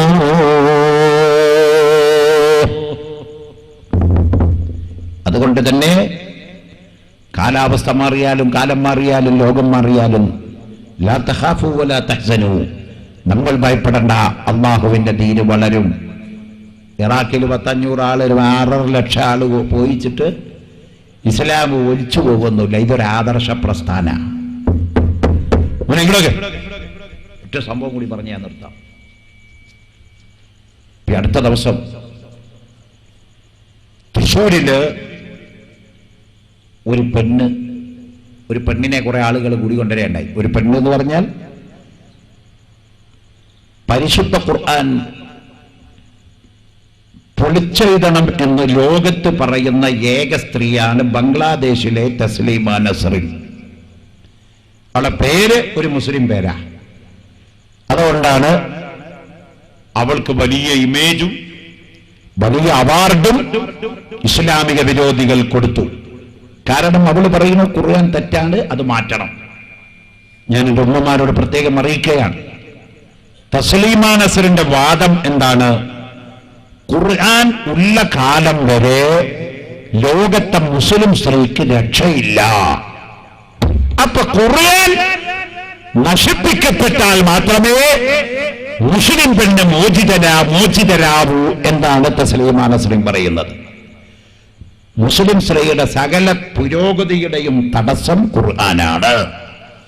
അവളോട് വീട്ടിലിരിക്കാനാണ് പറഞ്ഞത്, പുറത്തു പോകാൻ പാടില്ല, പർദ്ദ ധരിക്കാൻ പറയുന്നു, പുരുഷന്മാരെ പോലെ സ്വാതന്ത്ര്യമില്ല. അതൊക്കെ കാരണം ഖുർആനാണ്. അതുകൊണ്ട് ഖുർആൻ ഒന്നിരിക്കൽ കരിച്ചു കളയണം, അല്ലെങ്കിൽ അതില് മാറ്റം വരുത്തണം, അല്ലെങ്കിൽ അത് പൊളിച്ചെഴുതണം എന്ന് ബംഗ്ലാദേശിലെ തസ്ലീമ നസ്റിൻ എന്ന് പറഞ്ഞ പെണ്ണ് പറയുന്നു. ആ പെണ്ണിന് വലിയ പൂമാല വിരിച്ച് പച്ചപ്പരവലാനി വിരിച്ച് ചില ഡെമോക്രറ്റുകള്, ചില പുരോഗമന പ്രസ്ഥാനക്കാര് തൃശ്ശൂരിൽ കൊണ്ടുവന്നു. അവള് വരുന്നു എന്ന് കേട്ടപ്പോഴേക്കും മലയാള മനോരമയും മാതൃഭൂമിയും അവളുടെ വലിയ ഫോട്ടോ വെച്ചുകൊണ്ട് ഫീച്ചറുകൾ ഇറക്കി, അഭിമുഖം തയ്യാറാക്കി. ആകാശവാണി പ്രത്യേകമായ സംപ്രേഷണം ആരംഭിച്ചു, ദൂരദർശനിലെ അഭിമുഖം കൊടുത്തു, ദൃശ്യവാർത്താ മാധ്യമങ്ങൾക്ക് പതിവിൽ കവിഞ്ഞ വലിയ ഇമേജ് അവൾക്ക് കൊടുത്തു. ഇവൾക്ക് എന്താ ഇത്ര വലിയ ബർക്കത്തുള്ളത്? അവൾ പറയുന്നു ഖുർആൻ തെറ്റാണ്. ആ ഒറ്റ കാര്യമാണ് ലോകത്തിന് മുമ്പിൽ തസ്ലീമ നസ്റിനുള്ള ഗ്ലാമർ. അവളുടെ എഴുത്ത് സാഹിത്യകാരിയല്ല, ലോകത്ത് സാഹിത്യത്തിൽ വലിയ ഡോക്ടറേറ്റ് നേടിയിട്ടില്ല, അല്ലെങ്കിൽ ലോകത്തിലെ ഏറ്റവും വലിയ വിദ്യാഭ്യാസമുള്ള മുസ്ലിം സ്ത്രീയല്ല, അല്ലെങ്കിൽ ലോകത്ത് എന്തെങ്കിലും കണ്ടുപിടിച്ച ഒരു സയന്റിസ്റ്റ് അല്ല. അവൾക്ക് ആകെയുള്ള ക്രെഡിറ്റ് എന്താണ്? മുഹമ്മദ് നബിയെ കുറ്റം പറയുന്ന ലോകത്തെ ഏക മുസ്ലിം വനിത അത് തസ്ലീമയാണ്. അതുകൊണ്ട് അവളെ പത്രം ഇങ്ങനെ പൊക്കിപ്പിടിച്ച് താങ്ങിപ്പിടിച്ച് തൃശ്ശൂരിൽ ഓടുന്നു. ചില ആളുകൾ വിചാരിച്ചത് നമ്മളൊക്കെ ഹാലിളകി, നമ്മുടെ സുന്നത്തി ജമാഅത്തിന്റെ ആൾക്കാർ അല്ലെങ്കിൽ മുസ്ലിങ്ങൾ തസ്ലീമ ഇവിടെ വരുന്നു കേൾക്കുമ്പോൾ നമ്മളൊക്കെ തടയാൻ പോകും, ബഹളുണ്ടാക്കും, ഇടിയുണ്ടാക്കും, അടിയുണ്ടാക്കും എന്നൊക്കെ. പക്ഷെ നമ്മൾ ആരും അനങ്ങിയില്ല. അങ്ങനെ ഒരു തസ്ലീമല്ല, 10,000 തസ്ലീമ വന്നാലും തുമ്മിയ തെറിക്കണം മൂക്കല്ല ഇസ്ലാം. ഇത് അള്ളാടെ മത. അതിന്റെ പ്രൊട്ടക്ഷൻ ഏറ്റെടുത്തിരിക്കുന്നത് അള്ളയാ.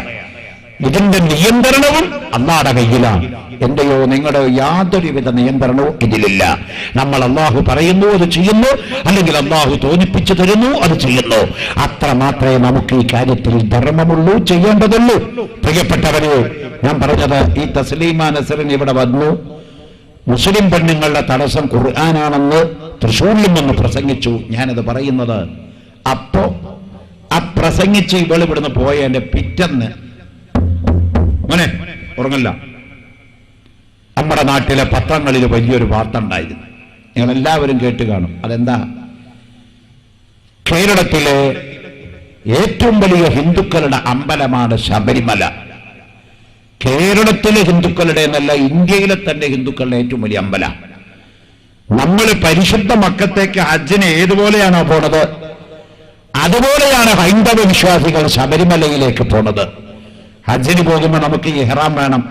ശബരിമലയിലേക്ക് പോണ ആൾക്കാർ വസ്ത്രം മാറണം, മാലടണം, താടി പിടിക്കാൻ പാടില്ല, പെണ്ണുങ്ങളുമായി ബന്ധപ്പെടാൻ പാടില്ല, മുഹരിമീങ്ങൾക്ക് താടി പിടിക്കാൻ പാടില്ല, മുഹരിമീങ്ങൾക്ക് ഇഹ്റാമിലായ മുഹരിമിന് സ്ത്രീയുമായി ബന്ധം പാടില്ല, മുഹരിമായ പുരുഷൻ ചുറ്റിത്തുന്നപ്പെട്ട വസ്ത്രം ധരിക്കാൻ പാടില്ല എന്നപോലെ മുസ്ലിമീങ്ങൾ ഹജ്ജിന് പോകുന്ന പോലെ ലോകത്തുള്ള ഹിന്ദുക്കള് പോകുന്ന ഒരു ആരാധനാലയമാണ് ശബരിമല.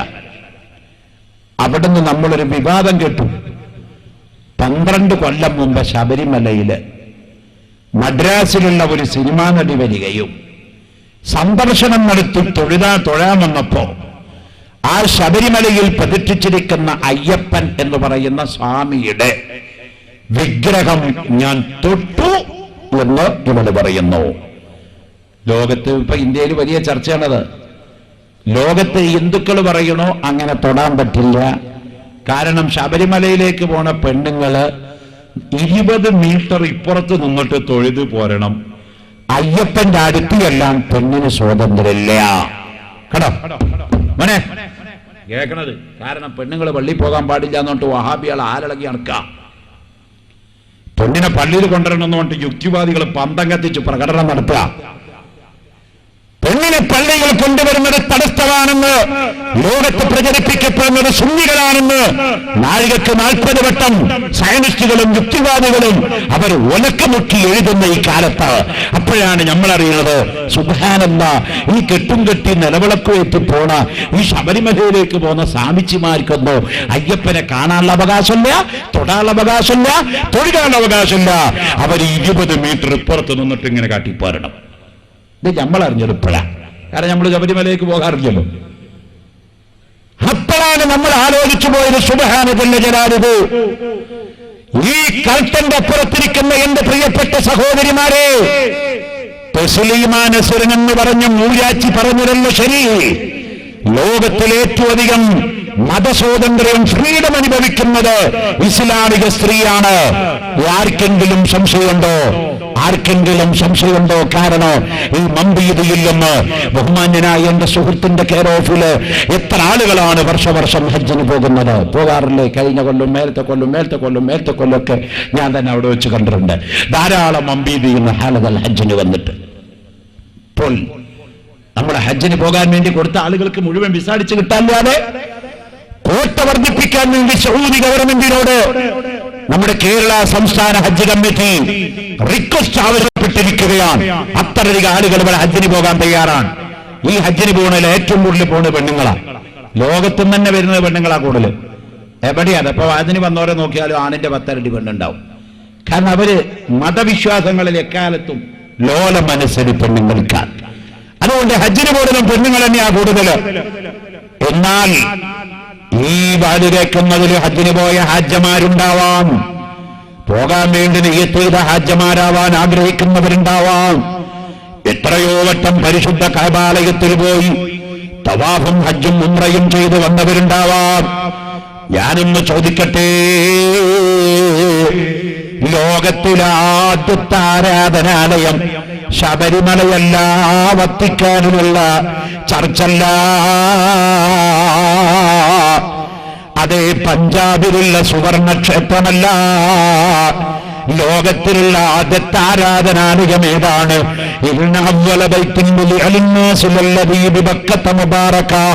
പരിശുദ്ധ ഖുർആനിലാ പറയുന്നു, ലോകത്ത് മനുഷ്യരാരാധിക്കാൻ വേണ്ടി അല്ലാഹു നിർമ്മിച്ച ആദ്യത്തെ ആരാധനാലയം അത് പരിശുദ്ധ കഅബയാണ്. അത് മോസ്കാവട്ടെ, ചർച്ചാവട്ടെ, ടെമ്പിളാവട്ടെ, ഏതാവട്ടെ, മനുഷ്യനാരാധിക്കാൻ വേണ്ടി പടച്ച റബ്ബ് ഭൂമി ലോകത്ത് നിർമ്മിച്ച ആദ്യത്തെ ആരാധനാലയം അത് കഅബയാണ്. ആ കഅബാലയം മക്കയിലാണ്. അവിടേക്കാണ് മുസ്ലിമീങ്ങളെ ഹജ്ജിന് പോകുന്നത്. ആ ഹജ്ജിന് പോകുന്നതിൽ ആണുണ്ട്, പെണ്ണുണ്ട്. കൂടി കൊടുത്താ മോനെ കൂട്ടെ. ഏറ്റവും അധികം പോകുന്നത് പെണ്ണുങ്ങളാണ്. എത്രയോ ഹാജിമാര് ഹജ്ജിന് പോയവരുണ്ട്. ഞാനൊന്ന് ചോദിക്കട്ടെ, നിങ്ങൾ പരിശുദ്ധ മക്കത്ത് ചെന്നിട്ട് പരിശുദ്ധ മസ്ജിദുൽ ഹറമിന്റെ ഉള്ളിൽ കടന്നിട്ട് പരിശുദ്ധ കഅബാലയത്തിന് തവാഫ് ചെയ്തവരല്ലോ? സുബ്ഹാനല്ലാഹ്, ഹജ്ജിന്റെ തവാഫായ ഇഫാദത്തിന്റെ തവാഫ് ഒന്നനുഭവിച്ചവർക്ക് മാത്രമേ അറിയൂ. ലക്ഷക്കണക്കായ ആളുകള്, 1.5 ലക്ഷം ആളുകൾക്ക് തവാഫ് ചെയ്യാനുള്ള മത്താഫാണ് ഇപ്പൊ സൗദി അറേബ്യയിലെ മക്കായിലുള്ളത്. മത്താഫ് എന്ന് പറയുന്ന പരിശുദ്ധ കഅബാലയത്തിന്റെ 4 ഭാഗത്ത് പർവതാനി പോലെ വിരിച്ചിട്ടിരിക്കുന്ന മാർബിളില് 1.5 ലക്ഷം ആളുകൾക്ക് തവാഫ് ചെയ്യാനുള്ള സംവിധാനമുണ്ട്. മസ്ജിദുൽ ഹറമിലും പുറത്തും അകത്തും അണ്ടർഗ്രൗണ്ടിലും കൂടി 12 ലക്ഷം ആളുകൾക്ക് ഒരേ സമയത്ത് നിസ്കരിക്കാനുള്ള സൗകര്യം ലോകത്തിലെ ഏറ്റവും വലിയ ആരാധനയാലമായ പരിശുദ്ധ മക്കായിലുണ്ട്. എന്നാലും ഹജ്ജിന്റെ സീസൺ വന്നാൽ 80 ലക്ഷം 90 ലക്ഷം ജനങ്ങൾ അവിടെ തിങ്ങിക്കൂടും. തിരക്കിന്റെ ബാഹുല്യത്താൽ എത്രയോ ആളുകൾ തവാഫിൽ തന്നെ മരിച്ചു പോകാറില്ലേ? എന്നാൽ തവാഫ് ചെയ്യുന്ന സമയത്ത് പരിശുദ്ധ കഅബാലയത്തെ ചുറ്റലാണ് തവാഫ് എന്ന് പറയുന്നത്. ആ കഅബാലയത്തെ ചുറ്റുന്നതില് ആണും പെണ്ണും ഒരുമിച്ച് കൂടിയിട്ടാണ് ചുറ്റുന്നത്. ആണുങ്ങൾക്ക് ചുറ്റാൻ വേറെ വഴിയില്ല, പെണ്ണുങ്ങൾക്ക് ചുറ്റാൻ വേറെ വഴിയില്ല. ആണും പെണ്ണും ഒരുമിച്ച് കൂടിയിട്ട് ഒരു 19 ലക്ഷം ജനങ്ങൾ ഒരേ സമയത്ത് തവാഫന്ന് ചെയ്യുമ്പോ ഇന്നേവരെ നിങ്ങൾ കേട്ടിട്ടുണ്ടോ തവാഫിന്റെ ഇടയിൽ ഒരാളൊരു പെണ്ണിനെ പിടിച്ചതായി നിങ്ങൾ കേട്ടിട്ടുണ്ടോ? 55 ആള് യാത്ര ചെയ്യുന്ന ബസ് കോഴിക്കോട്ട് നിന്ന് രാമനാട്ടുകരയിലേക്ക് വരുമ്പോ പട്ടാപ്പകല് 55 ആള് യാത്ര ചെയ്ത ബസ്, തിരക്കുള്ള ബസ്സില് അതേ ബസ്സിൽ യാത്ര ചെയ്ത ഒരു പുരുഷൻ ഒരു പെണ്ണിനെ പെണ്ണിന്ന് പീഡിപ്പിക്കപ്പെട്ടത് നമ്മുടെ സാംസ്കാരിക കേരളത്തിലല്ലോ. മിനിഞ്ഞാനത്തെ പത്രം നിങ്ങൾ വായിച്ചില്ലേ? 5ാം ക്ലാസ്സിൽ പഠിക്കുന്ന വയനാട്ടിലെ പെൺകുട്ടി പ്രസവിച്ചു ഓട്ടോറിക്ഷയിൽ. ഇന്നാ ലില്ലാഹി വ ഇന്നാ ഇലൈഹി റാജിഊൻ. ലക്ഷക്കണക്കായ ജനങ്ങൾ ഒരുമിച്ച് കൂടിയിട്ട് ആണിനും പെണ്ണിനും പ്രത്യേക ക്യൂയില്ലാതെ ഒരേ സമയാനും പെണ്ണും ഇടകലർന്നുകൊണ്ട് തവാഫ് ചെയ്യുന്ന ലോകത്തിലുള്ള ഏക ആരാധനാലയോ പരിശുദ്ധ കഅബയല്ലേ പെണ്ണുങ്ങളെ? നിങ്ങൾക്കവിടെ തടസ്സമുണ്ടോ? പോരാ, കഅബാലയത്തിന്റെ മൂലയില് പതിപ്പിച്ചു വെച്ചിരിക്കുന്ന ഹജറുൽ അസ്വദ് എന്ന കല്ല് പെണ്ണുങ്ങളെ നിങ്ങൾ പോയി ഉമ്മ വെച്ച് ചുംബിച്ചിട്ടില്ലോ? ആ കല്ലിനെ ചുംബിച്ചവര്, ആ കല്ലിനെ ആരൊക്കെ ചുംബിച്ചിട്ടുണ്ടോ അവർക്കൊക്കെ ഹജറുൽ അസ്വദ് നാളെ മഹ്ശറയില് സാക്ഷി പറയുമെന്ന് ഖാല റസൂലുള്ളാഹി. ഹജറുൽ അസ്വദിനെ ചുംബിച്ചവർക്കൊക്കെ ആ കല്ല് സാക്ഷി പറയും. അള്ളാന്റെ റസൂല് പറഞ്ഞപ്പോ ഉമർ ഫാറൂഖ് തങ്ങൾ പോലും പറഞ്ഞില്ലേ, കല്ലേ നീ ഒരു കരിങ്കല്ലാണെന്ന് എനിക്കറിയാം, പക്ഷേ എന്റെ റസൂലുള്ള നിന്നെ കെട്ടിപ്പിടിച്ച് ചുംബിച്ചിട്ടുണ്ട്, അതുകൊണ്ട് നിന്നെ ഞാനും ചുംബിക്കുന്നു എന്ന് പറഞ്ഞിട്ട് ഏറ്റവും വലിയ ഏകദൈവ വിശ്വാസിയായ ഉമർ ഇബ്നു ഖത്താബ് റളിയല്ലാഹു അൻഹു പോലും ഹജറുൽ അസ്വദിനെ ചുംബിച്ചിട്ടുണ്ടല്ലോ. ഇവിടുന്ന് ഹജ്ജിന് പോയ എല്ലാ ഉമ്മമാരും ഒരിക്കലെങ്കിലും ഹജറുൽ അസ്വദ് ചുംബിച്ചിട്ടില്ലേ? നിങ്ങൾക്കവിടെ കയറാൻ പാടില്ല എന്ന് പറഞ്ഞിട്ടുണ്ടോ? പോരാ, ഹിജ്ർ ഇസ്മായിൽ എന്ന് പറഞ്ഞൊരു വളച്ചുകെട്ട് അവിടെ കണ്ടിട്ടില്ലേ കഅബത്തിന്റെ തൊട്ടടുത്ത്? അത് പണ്ട് കഅബത്തിൽ പെട്ടതായിരുന്നു. ആ ഹിജ്ർ ഇസ്മായിൽ എന്ന് പറയുന്ന വളച്ചുകെട്ടിന്റെ അകത്ത് ഒരാൾ കയറി നിസ്കരിച്ചാൽ കഅബത്തിന്റെ അകത്ത് കയറി നിസ്കരിച്ച പ്രതിഫലമുണ്ടെന്ന് ഖാല റസൂലുള്ളാഹ്. എന്റെ പ്രിയപ്പെട്ട പെണ്ണുങ്ങളെ, ഏതെങ്കിലും മൗലവി അവിടെ ചെന്നിട്ട് നിങ്ങളോട് അവിടെ കിടക്കരുത് എന്ന് പറഞ്ഞോ? പരിശുദ്ധ കഅബത്തിന്റെ പാത്തിയുടെ നേരെ ചോട്ടില് ഹിജ്ർ ഇസ്മായിലിന്റെ ചോട്ടിൽ പോയി നിങ്ങൾ നിസ്കരിച്ചവരല്ലേ? പോരാ, മഖാമ ഇബ്രാഹിം മുസല്ല വാഹിദനാ ഇലാ ഇബ്രാഹിം വ ഇസ്മാഈല അൻ തഹിറ ബൈതി ലിത്വാഇഫീന വൽ ആകിഫീന വറുക്കഇ സുജൂദ്. പരിശുദ്ധ ഖുർആൻ പറയുന്നു, ഇബ്രാഹിം മഖാം എന്ന് പറയുന്ന ഇബ്രാഹിം നബി അലൈഹിസ്സലാം തങ്ങളുടെ കാലിന്റെ ആ പാൽപാദം പതിഞ്ഞു കിടക്കുന്ന കരിങ്കല്ല്, അത് കൂട്ടിൽ വെച്ചതാണ് ഇബ്രാഹിം മഖാം. അതിന്റെ നേരെ പിന്നിൽ നിസ്കരിക്കൽ വളരെ ശക്തിയായ സുന്നത്താണ്. അവിടെയും നിങ്ങൾ പോയി നിസ്കരിച്ചിട്ടുണ്ട്. സംസം കിണർ മൂടുന്നതിന്റെ മുമ്പ് അതിന് പ്രത്യേകമായൊരു കവാടം വെച്ചിട്ട് പെണ്ണുങ്ങളെ നിങ്ങൾക്ക് ഇറങ്ങിച്ചെല്ലാൻ സംസം കിണറിന്റെ അടുത്ത് പോയി വെള്ളം കുടിക്കാൻ അവിടെ സൗകര്യമുണ്ടായിരുന്നില്ലേ? ശബരിമലയിൽ അയ്യപ്പന്റെ അടുത്ത് 20 മീറ്റർ ചുറ്റളവിന്റെ അപ്പുറത്താണ് പെണ്ണിന് സ്വാതന്ത്ര്യമുള്ളൂ എന്ന് ഇപ്പോഴത്തെ ദേവസ്വം ബോർഡ് പോലും വിളിച്ചു പറയുമ്പോ, എത്രയോ വർഷങ്ങളായി ലോകത്താദ്യത്തെ ആരാധനാലയമായ പരിശുദ്ധ കഅബാലയത്തിന്റെ ഉള്ളിലേക്ക് പെണ്ണിന് കടന്നു വന്ന് ഇബാദത്തെടുക്കാൻ, ഹജറുൽ അസ്വദ് ഉമ്മ വെക്കാൻ, കഅബാലയത്തെ തൊടാൻ, ഹിജ്ർ ഇസ്മാഈലിൽ കടക്കാൻ, ഇബ്രാഹിം മഖാമിന്റെ പിന്നിൽ നമസ്കരിക്കാൻ ലോകത്തെ സൗകര്യം ഏർപ്പെടുത്തിയത് ഖുർആനാണോ?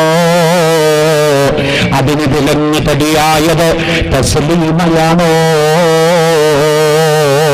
അതുകൊണ്ട് കണ്ണടച്ച് ഇരുട്ടാക്കിയിട്ട് ആളെ പറ്റിച്ച് ഇസ്ലാമിന്റെ വളർച്ച തടയാൻ ഇവിടെ ഒരു കൂട്ടം ബുദ്ധിജീവികൾ കൈകോർത്തിരിക്കുകയാണ്. അതുകൊണ്ട് സത്യമായി നിങ്ങൾ മനസ്സിലാക്കണം. ഇതുപോലത്തെ ധർമ്മസ്ഥാപനങ്ങൾ വലുതാക്കണം.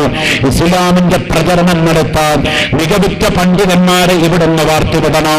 കാലഘട്ടത്തിന് അനുസരിതമായിരുന്നു നിങ്ങൾക്ക് ഇസ്ലാമിന്റെ പ്രബോധനം ശക്തിപ്പെടുത്താൻ ആവശ്യമായ ഉലമാക്കളെ ലോകത്ത് നിങ്ങൾ വാർത്തെടുക്കണോ. പരിശുദ്ധ ഖുർആൻ അതാണ് പറഞ്ഞത്, ഇന്നമാ യഖ്ശല്ലാഹ മിൻ ഇബാദിഹിൽ ഉലമാ. കാര്യമെന്താവട്ടെ, അല്ലാഹുവിനെ പേടിക്കുന്നത് പണ്ഡിതന്മാര് മാത്രമാണ് കേട്ടോ. ഒരുപക്ഷേ പണ്ഡിതൻ തെറ്റ് ചെയ്തിട്ടുണ്ടാവാം. നിങ്ങളുടെ കണ്ടില് പണ്ഡിതന് പല പല പോരായ്മകളും ഉണ്ടാവാം. പക്ഷേ ഏത് പണ്ഡിതനായാലും തെറ്റെന്ന് ചെയ്തു പോയാൽ അവന്റെ കൽബിൽ പേടി വന്നുപോയി. പഠിച്ചവനെ, റബ്ബിന്റെ കോടതിയിൽ ഞാനിതിന് ഉത്തരം പറയണ്ടേ. അതുകൊണ്ട് ഇൽമ ഹൃദയത്തിൽ കടന്ന ആരുണ്ടോ അവരെ പറ്റി അല്ലാഹു പറയുന്നു, ഇന്നമാ യഖ്ശല്ലാഹ മിൻ ഇബാദിഹിൽ ഉലമാ. അല്ലാഹുവിനെ ഭയപ്പെടുന്നത് പണ്ഡിതന്മാരാണ്. ആ പണ്ഡിതന്മാര് നേതൃത്വം നൽകുന്ന കോളേജുകള്, ആ പണ്ഡിതന്മാരെ വാർത്തുവിടുന്ന സ്ഥാപനങ്ങള് ഖിയാമത്ത് നാൾ വരെ നിലനിർത്തിക്കൊണ്ടുപോകാൻ അല്ലാഹു നമുക്ക് തൗഫീഖ് നൽകട്ടെ. ആ പണ്ഡിതന്മാരാണ് ഔലിയാക്കള്. അതുകൊണ്ടാണ് ബഹുമാനപ്പെട്ട അബൂ ഹാമിദ് അൽ ഗസാലി റളിയല്ലാഹു തആല അൻഹു തന്റെ ഇഹ്യാ ഉലൂമുദ്ദീൻ എന്ന് പറയുന്ന ലോക പ്രശസ്ത സൂഫി ഗ്രന്ഥത്തിൽ എഴുതി വെച്ചത്, ലോകത്തെ ഏറ്റവും വലിയ ഔലിയാക്കള് പണ്ഡിതന്മാരാണ്. ശാഫി ഇമാം ഔലിയാണ്, പണ്ഡിതനാണ്. ബഹുമാനപ്പെട്ട ഇമാം നബവി ആരാണ്? കാലഘട്ടത്തിന്റെ ഖുത്ബാണ് ഇമാം നബവി റളിയല്ലാഹു അൻഹു ഔലിയാണ്. ഇമാം നബവി ലോകത്തിലെ ഏറ്റവും വലിയ പണ്ഡിതനാണ്. ഇമാം നബവി ഔലിയാക്കളുടെ ഖുത്ബാൻ. അബ്ദുൽ ഖാദിർ ജീലാനി തങ്ങൾ ആരാണ്? ഖുത്ബുൽ അഖ്താബാണ്, ഗൗസുൽ അഅ്ലമാണ്. അദ്ദേഹം പണ്ഡിതനാണ്. കള്ളവു പറയല്ല എന്നും ചെന്നാറ് കള്ളന്റെ കയ്യില് പൊന്നി കൊടുത്തോവർ. ലോകത്ത് ഇൽമ പഠിക്കാൻ പോണ സമയത്ത് കള്ളം പറയരുതെന്ന് ഉമ്മ പറഞ്ഞത്, മരണം മുന്നിൽ കണ്ട സമയത്ത് പോലും മാറ്റിപ്പറയാത്ത ഔലിയാക്കളുടെ ഖുത്ബായ ഖുത്ബുൽ അഖ്താബായ അബ്ദുൽ ഖാദിർ ജീലാനി ഖദ്ദസല്ലാഹു സിർറഹുൽ അസീസ് തങ്ങളെ വലിയ പണ്ഡിതനാണ്, വലിയാണ്. ഏത് വലിയനെ നിങ്ങൾ എടുത്തു നോക്കിക്കോ, അല്ലാഹു അവർക്കൊക്കെ വലിയ ഇൽമ പഠിക്കുകയും ആദരിക്കുകയും ചെയ്തിട്ടുണ്ട്. അതുകൊണ്ട് ആലിമിന്റെ കൂട്ടത്തിൽ നിന്നാണ് വലിയുണ്ടാകുന്നത്. ഔലിയാക്കൾ വലിയ പണ്ഡിതന്മാരാണ്. ഔലിയാക്കൾ മുത്തഖീങ്ങളാണ്. ആ മുത്തഖീങ്ങളെ അനുധാവനം ചെയ്യാൻ തങ്ങളുടെ പ്രശ്ന സങ്കീർണമായ ഈ കാലത്ത് ഔലിയാക്കളുടെ മാർഗം മുറുകെ പിടിച്ച് മുന്നോട്ട് പോവാൻ അല്ലാഹു നമുക്ക് തൗഫീഖ് നൽകട്ടെ. ആമീൻ എന്ന് പറഞ്ഞ് നാളെയും നമ്മുടെ പരിപാടി ഇവിടെ നടക്കാനിരിക്കുന്നത് കൊണ്ട് പ്രിയപ്പെട്ടവരെ ഞാൻ വൈകിച്ചു കൊണ്ടുപോകുന്നില്ല. ബഹുമാനപ്പെട്ട വലിയുല്ലാഹു സയ്യിദ് അബൂബക്കർ മുസ്ലിയാർ റളിയല്ലാഹു മർക്കദഹു മഹാനവർഗല്ല റൂഹിലേക്കും ലോകത്തിന്റെ നേതാവ് അഷ്റഫുൽ ഖൽഖ് മുഹമ്മദ് റസൂലുള്ളാഹി തങ്ങളുടെ ഹദറത്തിലേക്കും എല്ലാ ഔലിയാക്കളുടെ അർവാഹിലേക്കും ഒരു ഫാത്തിഹ പഠിച്ച് ഒരു ചെറിയ സ്വലാത്ത് താജും ഒരു വട്ടം ചൊല്ലി നമ്മുടെ പരിപാടിയും ആലിമീങ്ങളെയും സാക്ഷി നിർത്തി ഒരു എളിയ ദുആയോടുകൂടെ ഇവിടെ നിർത്താം. അതിനുവേണ്ടി ഗ്രൗണ്ടിലിരിക്കുന്ന എല്ലാ പുരുഷന്മാരും നമ്മുടെ മജ്‌ലിസിന് മുന്നിലേക്ക് നിൽക്കാറ് വന്നമോനെ എല്ലാവരും ഒന്ന് മുന്നോട്ട് എല്ലാവരും ഇലാ ഹദറത്തുൻ നബിയിൽ മുസ്തഫ മുഹമ്മദ് സല്ലല്ലാഹു അലൈഹി വസല്ലം വഇലാ ഹദറത്തി അർവാഹി അൻബിയാ ഇല്ലാഹി തആല വഇലാ ഹദറത്തി അർവാഹി ഔലിയാ ഇല്ലാഹി തആല ഖുസൂസൻ ഇലാ ഹദറത്തി വലില്ലാഹി ശൈഖ് അബൂബക്കർ സർവലോകങ്ങളെയും സൃഷ്ടിച്ച് സംരക്ഷിക്കുന്ന രാജാതിരാജനായ രാജസയ്യിദായ റബ്ബുൽ ആലമീനായ അല്ലാഹുവേ, സാധുക്കളായ സാധുക്കളിൽ സാധുക്കളായ ലഈഫീങ്ങളിൽ ലഈഫീങ്ങളായ വിവരദോഷികളിൽ ദോഷികളായ സാധുക്കളായ നിങ്ങളിവിടെ ഒരുമിച്ച് കൂടുകയും പടച്ചവനെ നിന്റെ ദീനിന്റെ പ്രവർത്തനത്തിന് വേണ്ടി സ്ഥാപിതമായ സിഎം അബൂബക്കർ മുസ്ലിയാർ നവ്വറല്ലാഹു മർക്കദഹു മഹാനവറുകളുടെ നാമധേയത്തിലുള്ള ഈ മഹത്തായ സ്ഥാപനത്തിന്റെ പ്രചരണാർത്ഥം ഇവിടെ സംഘടിപ്പിച്ച വാല് പരിപാടിയിൽ വരികയും പ്രസംഗം നടത്തുകയും ചെയ്തിട്ടുണ്ട്. റഹ്മാനേ, നീ സ്വീകരിച്ച അമലായി കബൂലാക്കണം റഹ്മാനേ. പടച്ചവനെ, ലോകത്തിന്റെ നാനാഭാഗങ്ങളിലും നിന്റെ ദീനുൽ ഇസ്ലാമിനെ വളരെ വികലമായി വിചിത്രമായി ചിത്രീകരിക്കപ്പെടുന്ന മോശമാക്കപ്പെടുന്ന സമയത്ത് യഥാർത്ഥ ഇസ്സത്ത് മുസ്ലിമീങ്ങൾക്ക് ഇസ്ലാമിനുമാണെന്ന് പഠിപ്പിച്ച രാജാതിരാജനായ അല്ലാഹ്, ഞങ്ങൾ നിന്റെ മതത്തിന്റെ പ്രവർത്തകന്മാരായി നിലകൊള്ളുന്നവരാണ് തമ്പുരാന്. അതിന്റെ മതക് പറയാനും വളർന്നു പറയാനും അതിനുവേണ്ടി പ്രവർത്തിക്കാനുമുള്ള എല്ലാവിധ ബുദ്ധിയും ശക്തിയും കഴിവും സമ്പത്തും ഓജസ്സും തേജസ്സും എല്ലാവിധ പ്രാപ്തിയും നിങ്ങൾക്ക് നീ നിന്റെ പക്കൽ നിന്ന് വാചാരമായി നിറവടിയായി തുറവടിയായി തരണേ അല്ലാഹ്.